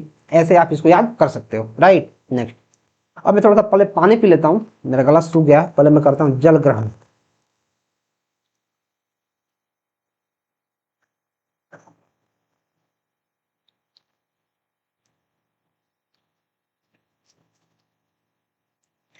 हाँ, IoT architecture supports which type of communication, बोल रहा है कि जो IoT का आर्किटेक्चर है वो किस टाइप के कम्युनिकेशन को फुलफिल करता है। तो देखो, अगर मैं आपको सारे के सारे जो क्वेश्चंस करा रहा हूँ वो सिलेबस के अंदर का क्वेश्चन है। मतलब अगर आप इसको अच्छे से कर लोगे, 1-2 बार प्रैक्टिस कर लोगे, तो आई डोंट थिंक इसके बाहर से क्वेश्चन आएगा। आप प्रीवियस ईयर के क्वेश्चंस को उठा के देख लेना, या फिर जो प्रीवियस ईयर के क्वेश्चंस हैं सबका वीडियो बना के मैं चैनल पे डाला हुआ हूँ, आप वहां जाके देख लेना। IoT के साथ सिंपल सवाल है कि इसका फुल फॉर्म क्या है, सेंसर्स क्या है, एक्चुएटर्स क्या है, तो मैंने काफी पहले ही आपको बता दिया है, राइट। ये सारी चीजें हैं जो कॉम्प्लेक्स हैं, उसका डेटा टाइप क्या है, उसमें कम्युनिकेशन का क्या मोड है, कितने लेयर्स होते हैं, ये सारी चीजें मैं आपको काफी अच्छे से बता दिया हूँ और आगे वीडियो में बताऊंगा। तो इनको 2 से 3 बार पढ़ लो, PDF से रिविजन कर लो and you are good to go. तो बोल रहा है कि किस टाइप की कम्युनिकेशन को सपोर्ट करता है। क्या डिवाइस टू डिवाइस करता है, यस, D2D करता है। क्या डिवाइस टू क्लाउड करता है, बिल्कुल। क्या डिवाइस टू गेटवे करता है, बिल्कुल। अब समझो इसको, बोल रहा है कि जो IoT है, IoT जैसे मान लो IoT का कोई डिवाइस है, जैसे मान लो कि जैसे एंड्रॉयड टीवी है, मान लो ये टीवी है एंड्रॉयड, जो एक प्रकार का स्मार्ट टीवी है, स्मार्ट यहाँ लिख दे रहा हूँ, और इसका रिमोट है, तो ये भी हमारे पास क्या है, डिवाइस है, डिवाइस। ये भी क्या है हमारे पास, डिवाइस। तो डिवाइस ए है, डिवाइस ए भी है, तो क्या इन दोनों के बीच में कम्युनिकेशन नहीं हो रहा है, हो रहा है। तो डिवाइस टू डिवाइस कम्युनिकेशन तो हो ही रहा है, राइट, ये हो रहा है। डिवाइस टू क्लाउड, अब क्या करना है कि जैसे क्लाउड में हम डेटा को रखते हैं, हमें पता है कि क्लाउड में हम क्या रखते हैं, डेटा को रखते हैं, राइट।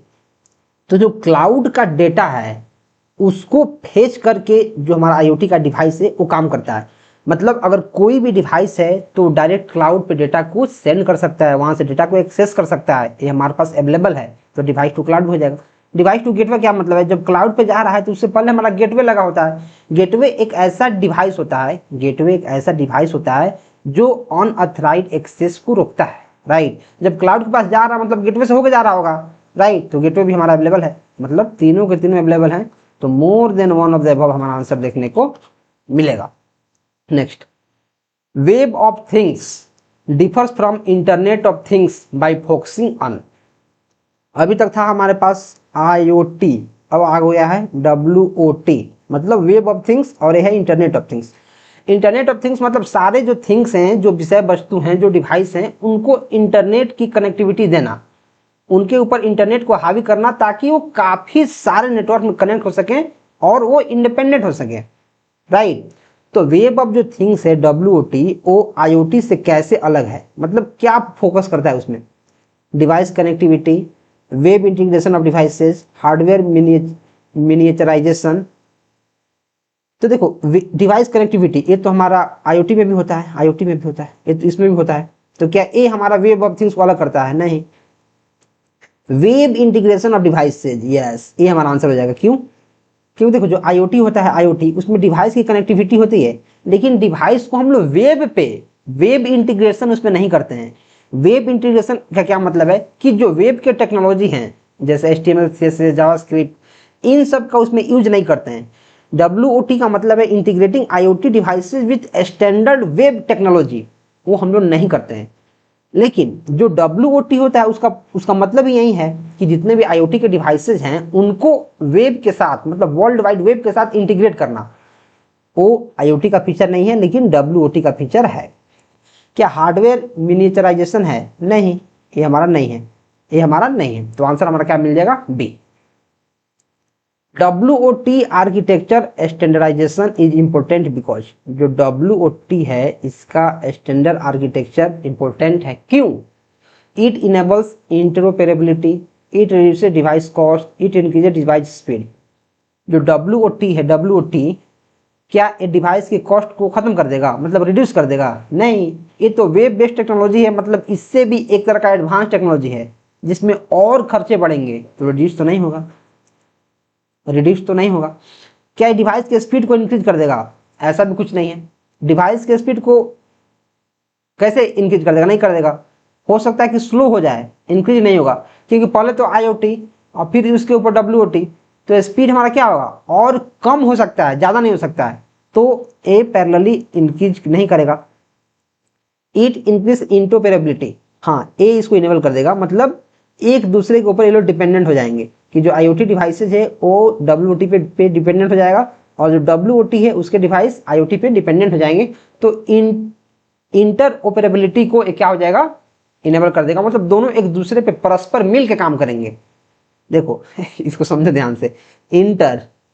इंटरऑपरेबिलिटी मतलब ऑपरेट होगा, इंटरऑपरेबिलिटी मतलब एक दूसरे से मिलके, सहभागी, मतलब एक साथ मिलके लोग काम करेंगे, राइट।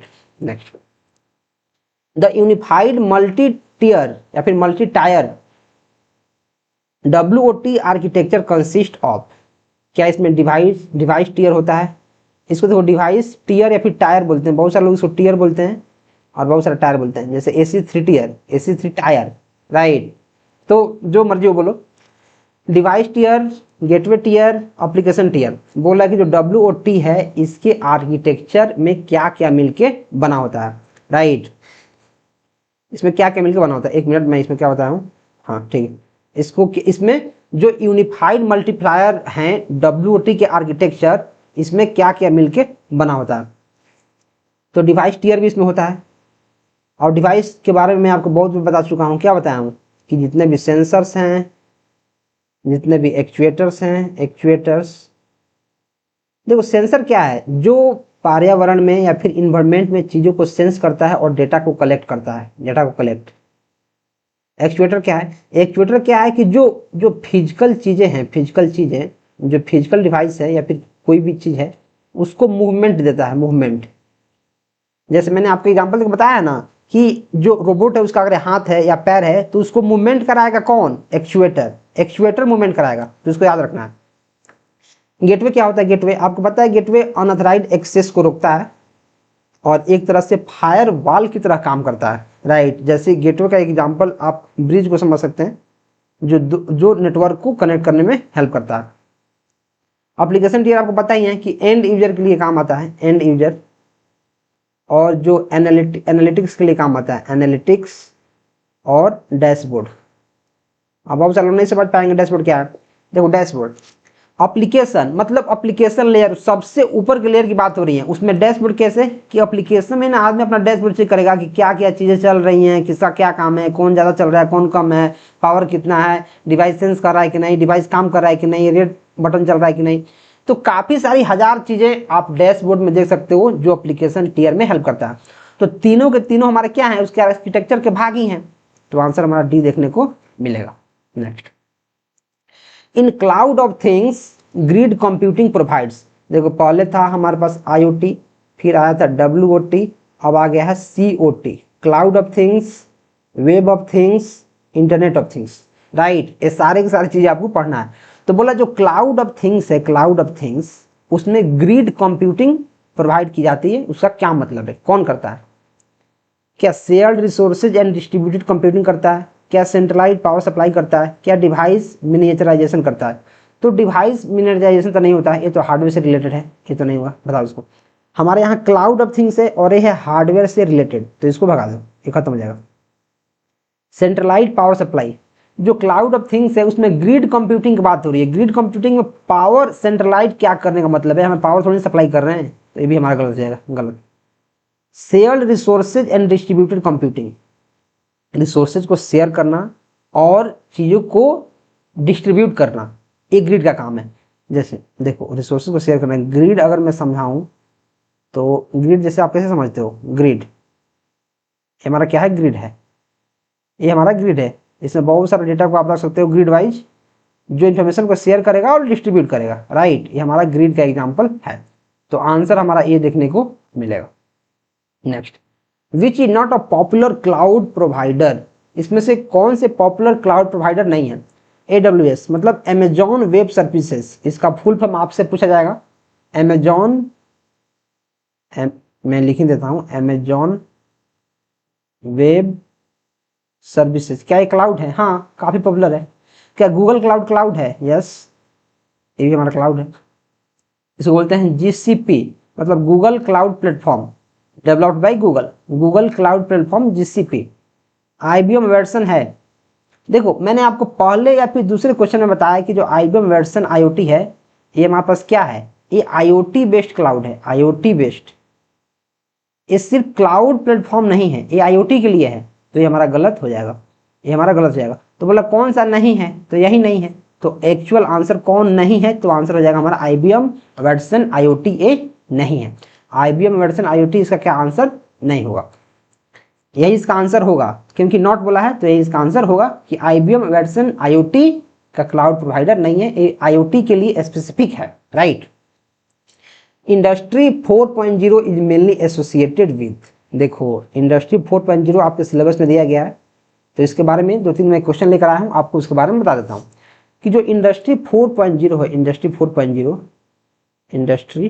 4.0 ये आज के मॉडर्न टेक्नोलॉजी, जैसे हमारा AI हो गया, मशीन लर्निंग हो गया, डीप लर्निंग हो गया, डीप लर्निंग, इन सब चीज़ों को यूज कर रहा है, राइट। इन सब चीज़ों को क्या कर रहा है, यूज। तो जो इंडस्ट्री 4.0 है और काफ़ी एडवांस चीज़ों को यूज कर रहा है, तो इसका किससे एसोसिएटेड होगा? क्या वो सोशल मीडिया इंटीग्रेशन से हो जाएगा? क्या वो फाइनेंशियल से हो जाएगा? नहीं, पैसा का बात इसमें नहीं आ रहा है। क्या सोशल मीडिया से हो जाएगा? देखो जो सोशल मीडिया है वो इंडस्ट्री 1.0, 2.0, 3.0 सारे उससे कनेक्टेड हैं, तो जो 4.0 है वो भी इससे कनेक्टेड हो सकता है, लेकिन केवल वही कनेक्टेड थोड़ी होगा, सोशल मीडिया के तो कोई भी कनेक्ट हो जा रहा है। ये है हमारा, मैंने आपको बताया है एडवांस टेक्नोलॉजी, जैसे AI, machine learning, deep learning, data science, इन सब चीज़ों से रिलेटेड है, तो हो जाएगा smart manufacturing and automation. Most suitable answer इसका ये हो जाएगा। हालांकि जो सोशल मीडिया इंटीग्रेशन है ये भी हो सकता है, ऐसा बात नहीं है इसमें नहीं होगा, फाइनेंशियल तो होगा ही नहीं। तो इस केस में जो मोस्ट सुटेबल आंसर है वो हमारे ए के साथ जाएंगे, स्मार्ट मैन्युफैक्चरिंग एंड ऑटोमेशन, इसका आंसर हमें देखने को मिलेगा। IIoT, अब देखो IIoT security, network security mainly focus on, तो जो IIoT है इसका फुल फॉर्म है इंडस्ट्रियल IoT।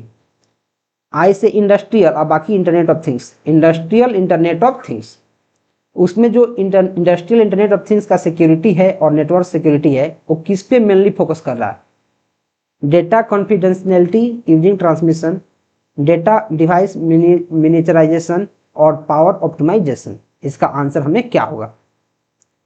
देखो तो बोल रहा है कि IoT सिक्योरिटी है, नेटवर्क सिक्योरिटी मेनली फोकस, किस पे ज्यादा फोकस कर रहा है?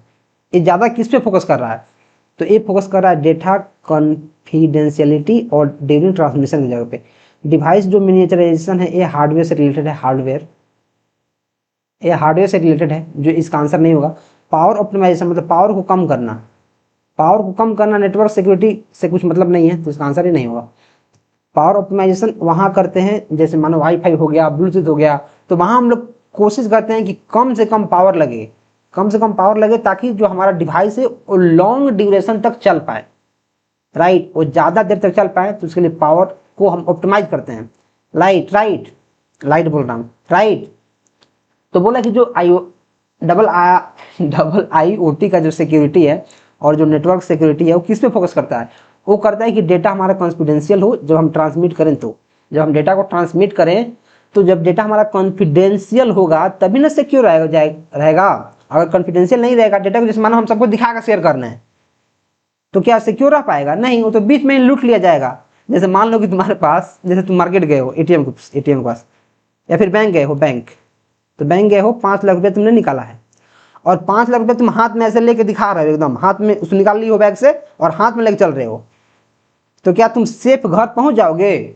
नहीं, तुम सेफ घर नहीं पहुंच जाओगे, तुम रास्ते में ही उठा लिए जाओगे। तुमको रास्ते में ही कोई उठा ले जाएगा कि लाओ पैसा, इधर पैसा मेरा है, राइट।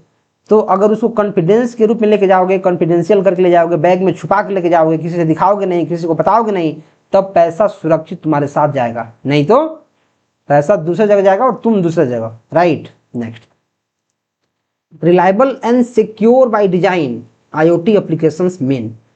रिलायबल और secure by design applications IoT का क्या मतलब है? Security integrated from the beginning, security added after deployment, security optional. तो देखो इस टाइप के जो क्वेश्चंस हैं, अगर आप इसके ऑप्शंस पढ़ोगे, और ऑप्शंस में क्या पढ़ना है कि पॉजिटिव ऑप्शन कौन है, मतलब कौन से ऑप्शन है जो पॉजिटिव की तरह इंडिकेट कर रहा है। सिक्योरिटी ऑप्शनल, क्या जो रिलायबल है और सिक्योर बाय डिजाइन है उसमें सिक्योरिटी को हम लोग ऑप्शनल रख सकते हैं? कभी नहीं, सिक्योरिटी हमारा प्रायोरिटी होगा, राइट, प्रायोरिटी पे रखेंगे, तो ये हमारा आंसर नहीं होगा। सिक्योरिटी एडेड आफ्टर डिप्लॉयमेंट, जब चीज़ों को हम डिप्लॉय कर देंगे, चीज़ों को मार्केट में लॉन्च कर देंगे, तब सिक्योरिटी का ख्याल रखेंगे, तब ऐड करेंगे। नहीं, ये नेगेटिव पॉइंट है, गलत। Security integrated from the beginning, yes, जैसे हम प्रोडक्ट बनाना शुरू करेंगे तो सिक्योरिटी का खास ख्याल रखेंगे कि जो डिवाइस बन रहा है, जो चीज़ें बन रही हैं, वो काफ़ी सिक्योर हों और यूजर उस पर आंख बंद करके विश्वास कर सके। ऐसा नहीं हो कि हम एटीएम से पैसा निकालने जा रहे हैं, पासवर्ड बनाए हुए हैं, और दूसरा यूजर गया, कोई भी एटीएम डाला, तुम्हारा पासवर्ड डाला, कुछ भी डाला, और तुम्हारे खाते से पैसा निकाल लिया। ऐसा संभव है? मतलब संभव तो है, क्या ऐसा बनाया जा सकता है? ऐसा बनाना चाहिए नहीं। अगर जो हमारे प्रोग्रामर्स हैं, जो एटीएम को या फिर क्रेडिट कार्ड्स के जो मशीन्स होता है उसको प्रोग्राम किए हैं, उसमें डेटा जो फीड किए हैं, अगर ऐसा फीड कर देंगे किसी के एटीएम से किसी का पैसा निकल जाएगा, ये तो संभव है, वो लोग कर सकते हैं। लेकिन क्या ये सही है? ये सही नहीं है, ये सही नहीं है। जो कंपनी है, जो सिस्टम है, वो जैसे चाहे वैसे चीज़ें बना सकती है, लेकिन वैसे ही बनाना है जो यूजर का खास ख्याल रखे, जो सिक्योरिटी का खास ख्याल रखे, जिसका बैलेंस है, जिसका अकाउंट है, वही उसको एक्सेस कर पाए, दूसरा कोई उसको एक्सेस नहीं कर पाए। तो सिक्योरिटी का हम लोग खास ख्याल रखते हैं शुरू से ही। नेक्स्ट, एजिलिटी इन IoT enabled production means agility. देखो जो एजिलिटी होता है, इसका मतलब होता है एबिलिटी टू चेंज। इसका मतलब होता है एबिलिटी टू चेंज।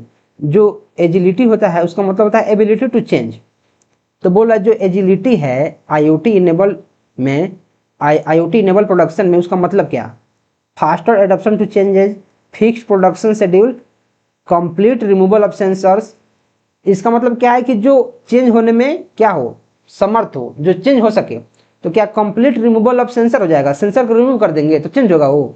अगर सेंसर्स को ही हम IoT में से रिमूव कर देंगे तो क्या बचेगा? एक डंप मशीन। जैसे मानो कि जो स्मार्ट वॉच उसमें जो माइक्रो कंट्रोलर्स लगे हुए हैं, जो सेंसर लगा हुआ है, अगर आप सेंसर को ही उसमें से भगा दे रहे हो तो क्या बचेगा? सिंपल एक डब्बा बचेगा छोटा सा। क्या वो काम करना शुरू करेगा? नहीं, वो तो खत्म है। फिक्स्ड प्रोडक्शन ऑफ शेड्यूल नहीं, फास्टर एडेप्टेशन टू चेंजेस। ऐसा मशीन चाहिए, ऐसी सेंसर चाहिए जो एजिलिटी को फॉलो करे, मतलब चेंजेस में एडप्ट हो पाए। अगर उसमें हम लोग कुछ नया चीज फीड कर रहे हैं, कुछ नया चीज डाल रहे हैं, कुछ नया चीज उससे करवा रहे हैं, तो करे, उसको सीखे, उसको क्या बोलेंगे? उसको एजिलिटी बोलेंगे, right. Next, resource management in IoT is mainly required because. जो रिसोर्स मैनेजमेंट है IoT में, उसकी हमें ज़रूरत है। क्यों ज़रूरत है भाई? जो IoT है उसमें रिसोर्स को मैनेज क्यों करना है? अगर रिसोर्स को मैनेज नहीं करेंगे तो चीज़ें ठीक से काम नहीं करेंगी, चीज़ें हमारे कंट्रोल से बाहर हो जाएंगी, राइट। तो क्यों जरूरी है? लिमिटेड बैंडविड्थ एंड एनर्जी की वजह से। Unlimited resources are always available, ऐसा कभी नहीं है। कुछ भी हम काम कर रहे हैं तो हमारे पास रिसोर्सेज लिमिटेड हैं, limited.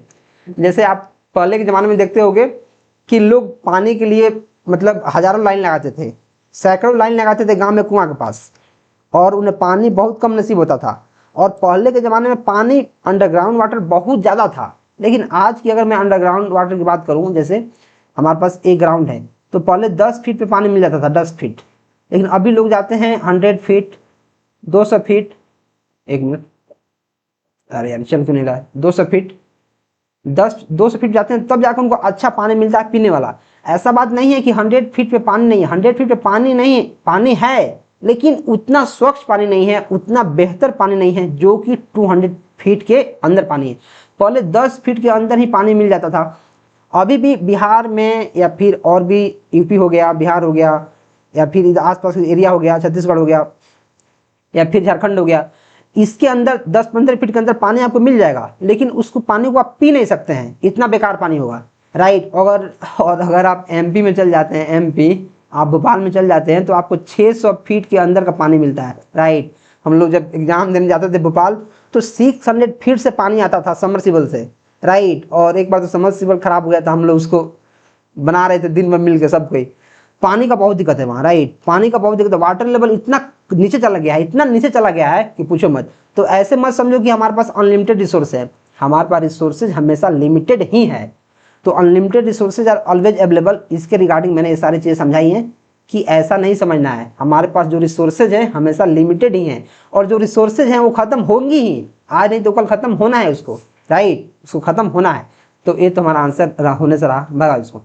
Devices do not consume power, ऐसा थोड़ी है भाई, डिवाइसेज पावर नहीं कंज्यूम नहीं करेंगी, ऐसा कभी हो सकता है? भगाओ। जो ब्लूटूथ है वो भी सबसे कम पावर कंज्यूम करता है, लेकिन पावर कंज्यूम तो करता है। अगर हमारे पास जो हेडफोन है, जो अपन हेडफोन यूज करते हैं, या फिर जो ब्लूटूथ स्पीकर अपन बजाते हैं, तो 5 घंटे 6 घंटा 10 घंटा चलता है, लेकिन फिर उसका बैटरी तो डाउन होता है, राइट, उसका बैटरी डिस्चार्ज होता है।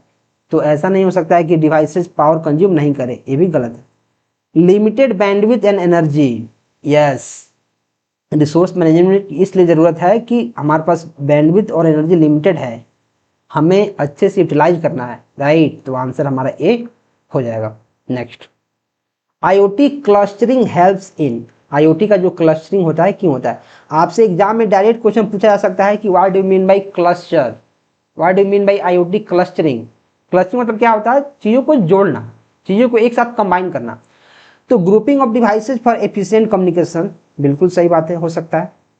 इंक्रीजिंग हार्डवेयर साइज, हार्डवेयर के हम साइज को बढ़ाना चाहते हैं, नहीं, देखो कोई भी स्मार्ट डिवाइस या फिर स्मार्ट चीज़ों का मतलब ये है कि उसको छोटा से छोटा करें, कम से कम जगह वो घेरे और ज़्यादा से ज़्यादा आउटपुट दे, ज़्यादा से ज़्यादा अच्छे से काम करे। तो इंक्रीजिंग हार्डवेयर साइज से कोई इसका मतलब नहीं है। रिमूविंग सिंक्रोनाइजेशन, क्या हम सिंक्रोनाइजेशन को रिमूव कर दें? जो सिंक्रोनाइजेशन है उसको रिमूव कर दें? नहीं, मतलब हम कंसिस्टेंसी को रिमूव कर दें। सिंक्रोनाइजेशन मतलब कंसिस्टेंसी, मतलब चीज़ें एकदम अच्छे से काम करें जैसे मैंने उसको बनाया है, तो क्या मैं उसी को भगा दूं? नहीं, मैं एलिमेंट्स को, मैं डिवाइसेस को ग्रुप करूंगा ताकि वो इफेक्टिव और एफिशिएंट कम्युनिकेशन कर पाए। तो आंसर हमारा ए हो जाएगा। और एक बार मैं आपको फिर से रिकमेंड करूंगा कि अगर आप सच में अच्छे से पढ़ रहे हैं और आप एक नोट्स के तलाश में, आप कोई बुक के तलाश में, तो आप डेफिनेटली इस ईबुक को चेकआउट कर सकते हैं, आपको काफ़ी ज़्यादा हेल्प करेगा। सिर्फ 99 रुपये में आपको वो कंटेंट मिल जाएगा कि जो आप बड़े बड़े जो चैनल हैं वो हज़ारों रुपये में नहीं देते हैं। इस बात की मैं आपको गारंटी दे सकता हूँ, राइट। बहुत बेहतर तरीका से ऑर्गेनाइज किया गया है और इतना बेहतर तरीका से इसमें क्वेश्चन रखा गया है कि कोई भी क्वेश्चन सही है तो सही क्यों है, गलत है तो गलत क्यों है, वाई अदर्स आर रॉन्ग। ये जो सेक्शन है वाई अदर्स आर रॉन्ग काफ़ी इंपॉर्टेंट है कि जो बाकी ऑप्शन है वो क्यों गलत है भाई, जो सही है वो सही क्यों है, जो गलत है तो गलत क्यों है, इसको रखा गया है। अभी आप इसको चेकआउट कर सकते हैं, लिंक डिस्क्रिप्शन में आपको मिल जाएगा। सिंक्रोनाइजेशन इन आईओटी इंश्योर्स, देखो इसके पहले हमने सिंक्रोनाइजेशन के बारे में बात किया है और अभी क्वेश्चन भी आ गया कि जो सिंक्रोनाइजेशन है आईओटी में उसका क्या मतलब है, क्या सुनिश्चित कर रहा है। डेटा कंसिस्टेंसी बिटवीन डिवाइसेस, मैंने आपको बताया है।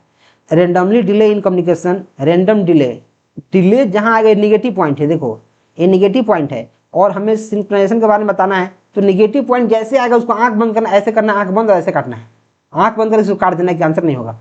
लॉस ऑफ एक्यूरेसी, अगर एक्यूरेसी हमारा लॉस हो जाएगा तो क्या मतलब है भाई, भगाओ इसको, भगाओ। Data consistency between devices, synchronization का मतलब है कि जितने भी डिवाइस हैं वो काफ़ी कंसिस्टेंटली डेटा को शेयर करें, काफ़ी कंसिस्टेंटली चीज़ों को परफॉर्म करें, किसी भी प्रकार का उसमें गलती नहीं होना चाहिए, गलती की गुंजाइश नहीं है, right. Next, IoT in electrical vehicle charging helps by, जो ईवी होता है मतलब इलेक्ट्रिकल व्हीकल्स होता है, उसमें IoT का क्या काम है? Remote monitoring for charging stations, okay. Dynamic pricing based on demand, okay. Uncontrol random charging, नहीं। अनकंट्रोल मतलब निगेटिव पॉइंट आ गया, देखो, मतलब अनकंट्रोल्ड अनियंत्रित रैंडम चार्जिंग हो, नहीं, ये नहीं हो सकता है, गलत। Dynamic pricing based on demand, yes. देखो, जैसे ही ईवी की डिमांड बढ़ेगी तो इसका दाम भी बढ़ेगा और उसमें तगड़े तगड़े और IoT के फीचर्स आते जाएंगे और सेंसर्स आते जाएंगे, राइट। तो इसका प्राइस डायनेमिकली ऊपर नीचे होते रहेगा, तो ये हमारा आंसर में हो जाएगा। Remote monitoring of charging station, yes. आप जितने भी चार्जिंग स्टेशन होते हैं उनको रिमोटली मैनेज हम लोग कर सकते हैं IoT की हेल्प से, तो दोनों हमारा आंसर देखने को मिल जाएगा। तो इस केस में जो more than one of the above है ये हमारा एक्चुअल आंसर हो जाएगा। Next, among this which statement is invalid in Zigbee. देखो जिगबी क्या है, ये भी हमारा ब्लूटूथ की तरह ही है, लो पावर कंज्यूम करने वाला एक डिवाइस है जो IoT में काफी ज्यादा यूज होता है। तो बोल रहा है कि कौन से है स्टेटमेंट जो IoT के लिए इनवैलिड है, जिगबी के लिए इनवैलिड है। Zigbee is most suitable for communication standard for IoT, क्या ये बात सही है? क्या ये बात सही है? जिगबी फॉलोज IEEE, देखो मैंने आपसे एक क्वेश्चन पूछा था कमेंट करने के लिए और यहाँ हमारा आंसर ही मिल गया। जिगबी फॉलोज IEEE 802.15.4, यस बिल्कुल सही है। जिगबी बैटरीज आर रिचार्जेबल, नहीं, रिचार्जेबल नहीं है। और बोला इनवैलिड कौन है, तो यही इनवैलिड है, रिचार्जेबल नहीं है, मतलब ये हमारा आंसर हो जाएगा। जो जिगबी होता है वो काफी सुटेबल होता है IoT के लिए, ठीक है, और ये लो पावर पे काम करता है, लो पावर पे काम करता है। जो जिगबी होता है वो IEEE 802.15.4 स्टैंडर्ड पे काम करता है। मैंने आपको बोला था कमेंट करने के लिए, लेकिन इसका आंसर यहीं पे मिल गया।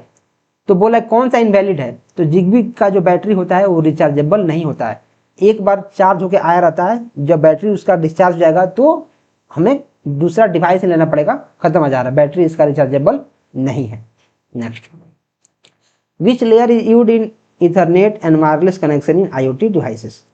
कौन सा लेयर है जो इथरनेट और वायरलेस कम्युनिकेशन में यूज होता है? देखो जैसे ही इथरनेट आएगा, इथरनेट, जैसे इथरनेट केबल का बात आएगा, इथरनेट आए या फिर आए मैक, इथरनेट आया फिर मैक आए, जैसे ही इथरनेट आएगा तो मैं मारूंगा डेटा लिंक लेयर, क्योंकि मैंने OSI मॉडल में इस चीज को याद ही कर लिया है कि जैसे ही इंटरनेट आएगा, जैसे ही मैक आएगा तो मुझे कुछ सोचना ही नहीं है बाहर में क्या दिया गया है, मैं डेटा लिंक लेयर पे मारूंगा, क्योंकि मैंने बहुत बार चीज़ों को पढ़ा है, बहुत बार पढ़ाया है, तो मुझे याद ही हो गया है कि जैसे इथरनेट वैसे डेटा लिंक, जैसे इथरनेट वैसे डेटा लिंक, आप इसको याद कर लो, जैसे इथरनेट वैसे ही data link layer. Next, which of the following is false about MANET IoT network.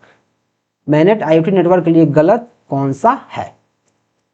It has self-configuring network, it has a low data rate, it does not have any encryption, power is readily available for complexity। हमारा कौन है? Question number 43 बोल रहा है कि which of the following is false about MANET IoT network. मैं चाहूंगा कि आप मैनेट के बारे में कमेंट करें, कमेंट, आप इसके बारे में रिसर्च करें और कमेंट करें कि मैनेट क्या होता है, मैं बताता हूं।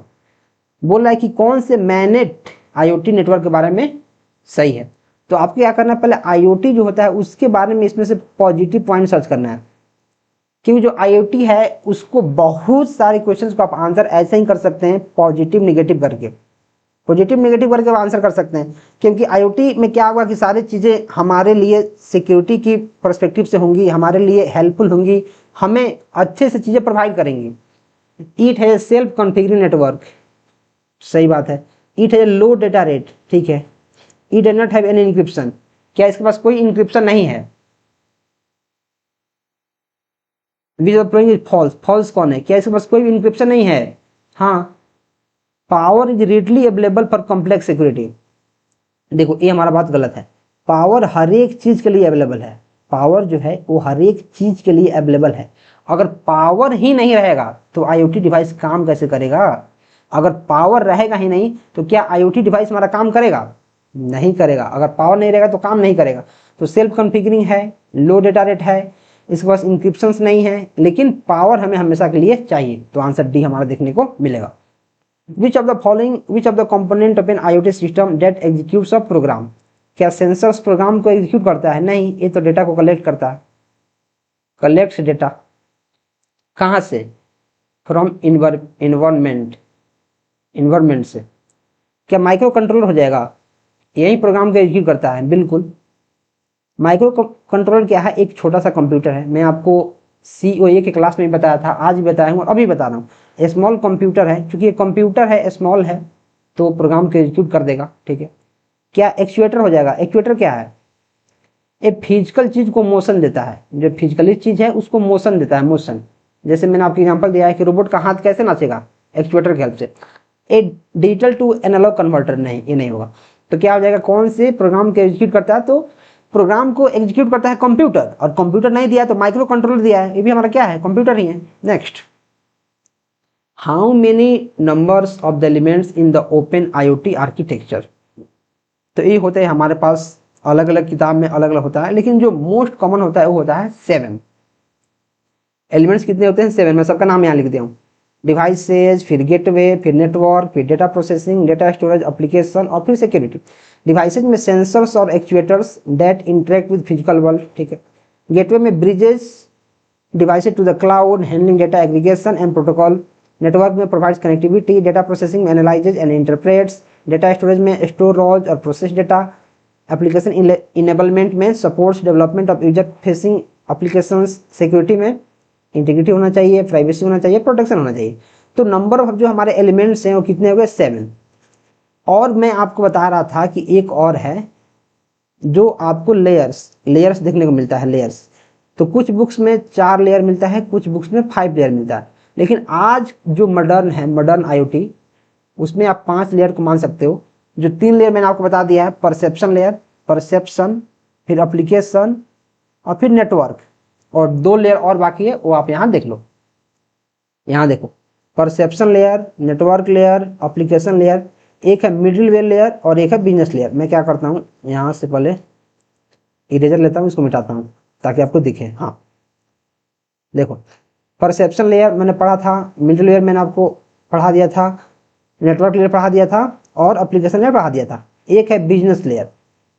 तो आजकल जो है वो हमारे 5 हैं, 5 लेयर्स, लेकिन पहले की किताब में हमारा 4 देता था, राइट।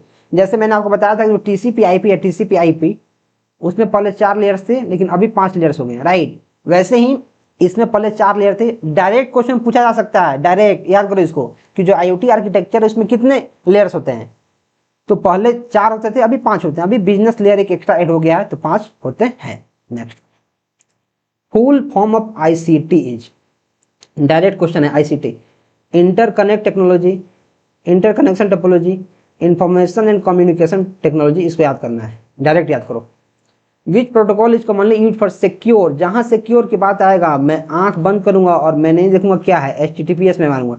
HTTP वेब ब्राउजिंग के लिए, web browsing. MQTT message queuing. FTP file transfer protocol file के लिए। HTTPS यस, ये हमारा सिक्योर है, hyper text transfer protocol secure. What distinguishes BLE from classic Bluetooth in the context of IoT? बोला है जो BLE है, मतलब ब्लूटूथ लो एनर्जी। ये जो हमारा पहले का जो ब्लूटूथ है, क्लासिक ब्लूटूथ, उससे कैसे अलग है? क्या इसका हायर डेटा ट्रांसफर स्पीड है? नहीं, जो ब्लूटूथ था ये ज्यादा फास्ट था। इसका जो ब्लूटूथ लो एनर्जी है, इसका हायर डेटा ट्रांसफर नहीं है, इससे भी कम है। क्या लॉन्गर रेंज हो जाएगा? नहीं, लॉन्गर रेंज भी नहीं होगा। जो ब्लूटूथ है ये हमारा 30 फीट तक का एवरेज देता था, 30 फीट, उससे कम ही देता है, लॉन्गर कहां से हो जाएगा, भगा। Support more consumption, support more consumption नहीं, support more simultaneous connection, yes. इसमें बस एक ही फायदा है कि जो ब्लूटूथ लो एनर्जी है, इसमें एक साथ बहुत सारे कनेक्शन को आप कर सकते हैं, जैसे 2 डिवाइस, 3 डिवाइस, 4 डिवाइस कनेक्ट कर सकते हैं।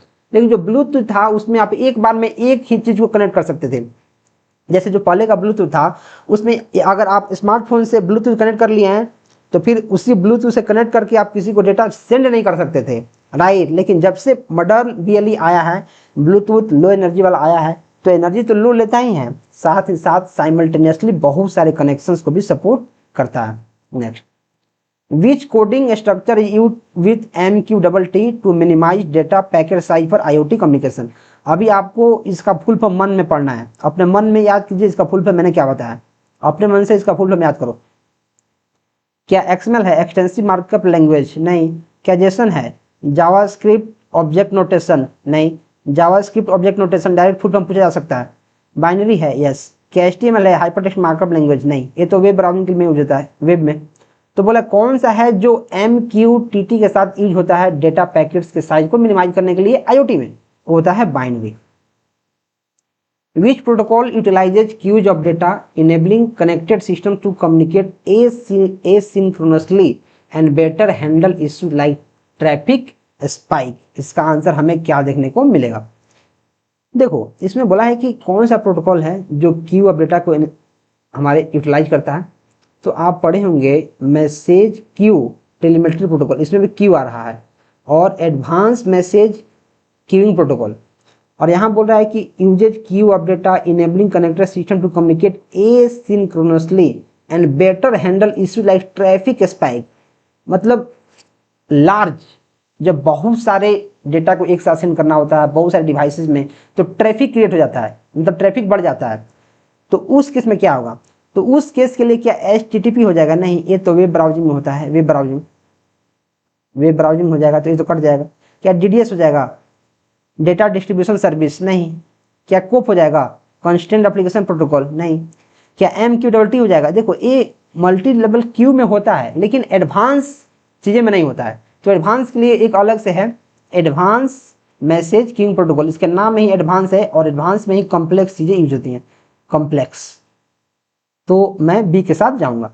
MQTT भी हो सकता था अगर काफी एडवांस चीजें को इम्प्लीमेंट नहीं की जाए और जो डेटा है एसिंक्रोनसली नहीं हो और ट्रैफिक स्पाइक का बात नहीं हो, छोटे मोटे की बात हो, और जहां AMQP का ऑप्शन भी नहीं हो, तो वहां मैं MQTT के साथ जाऊंगा। लेकिन यहाँ मुझे एडवांस के साथ जाना पड़ जाएगा, right. Next, in dash a mesh network using low energy radio waves to communicate from application to appliance to appliance. क्या ब्लूटूथ हो जाएगा? देखो ये तो लो पावर एनर्जी है, लो एनर्जी वाला है। क्या NFC हो जाएगा? NFC का फुल फॉर्म क्या होता है? Near field communication, near field communication हो जाएगा। इसका फुल फॉर्म लिख लो, नियर फील्ड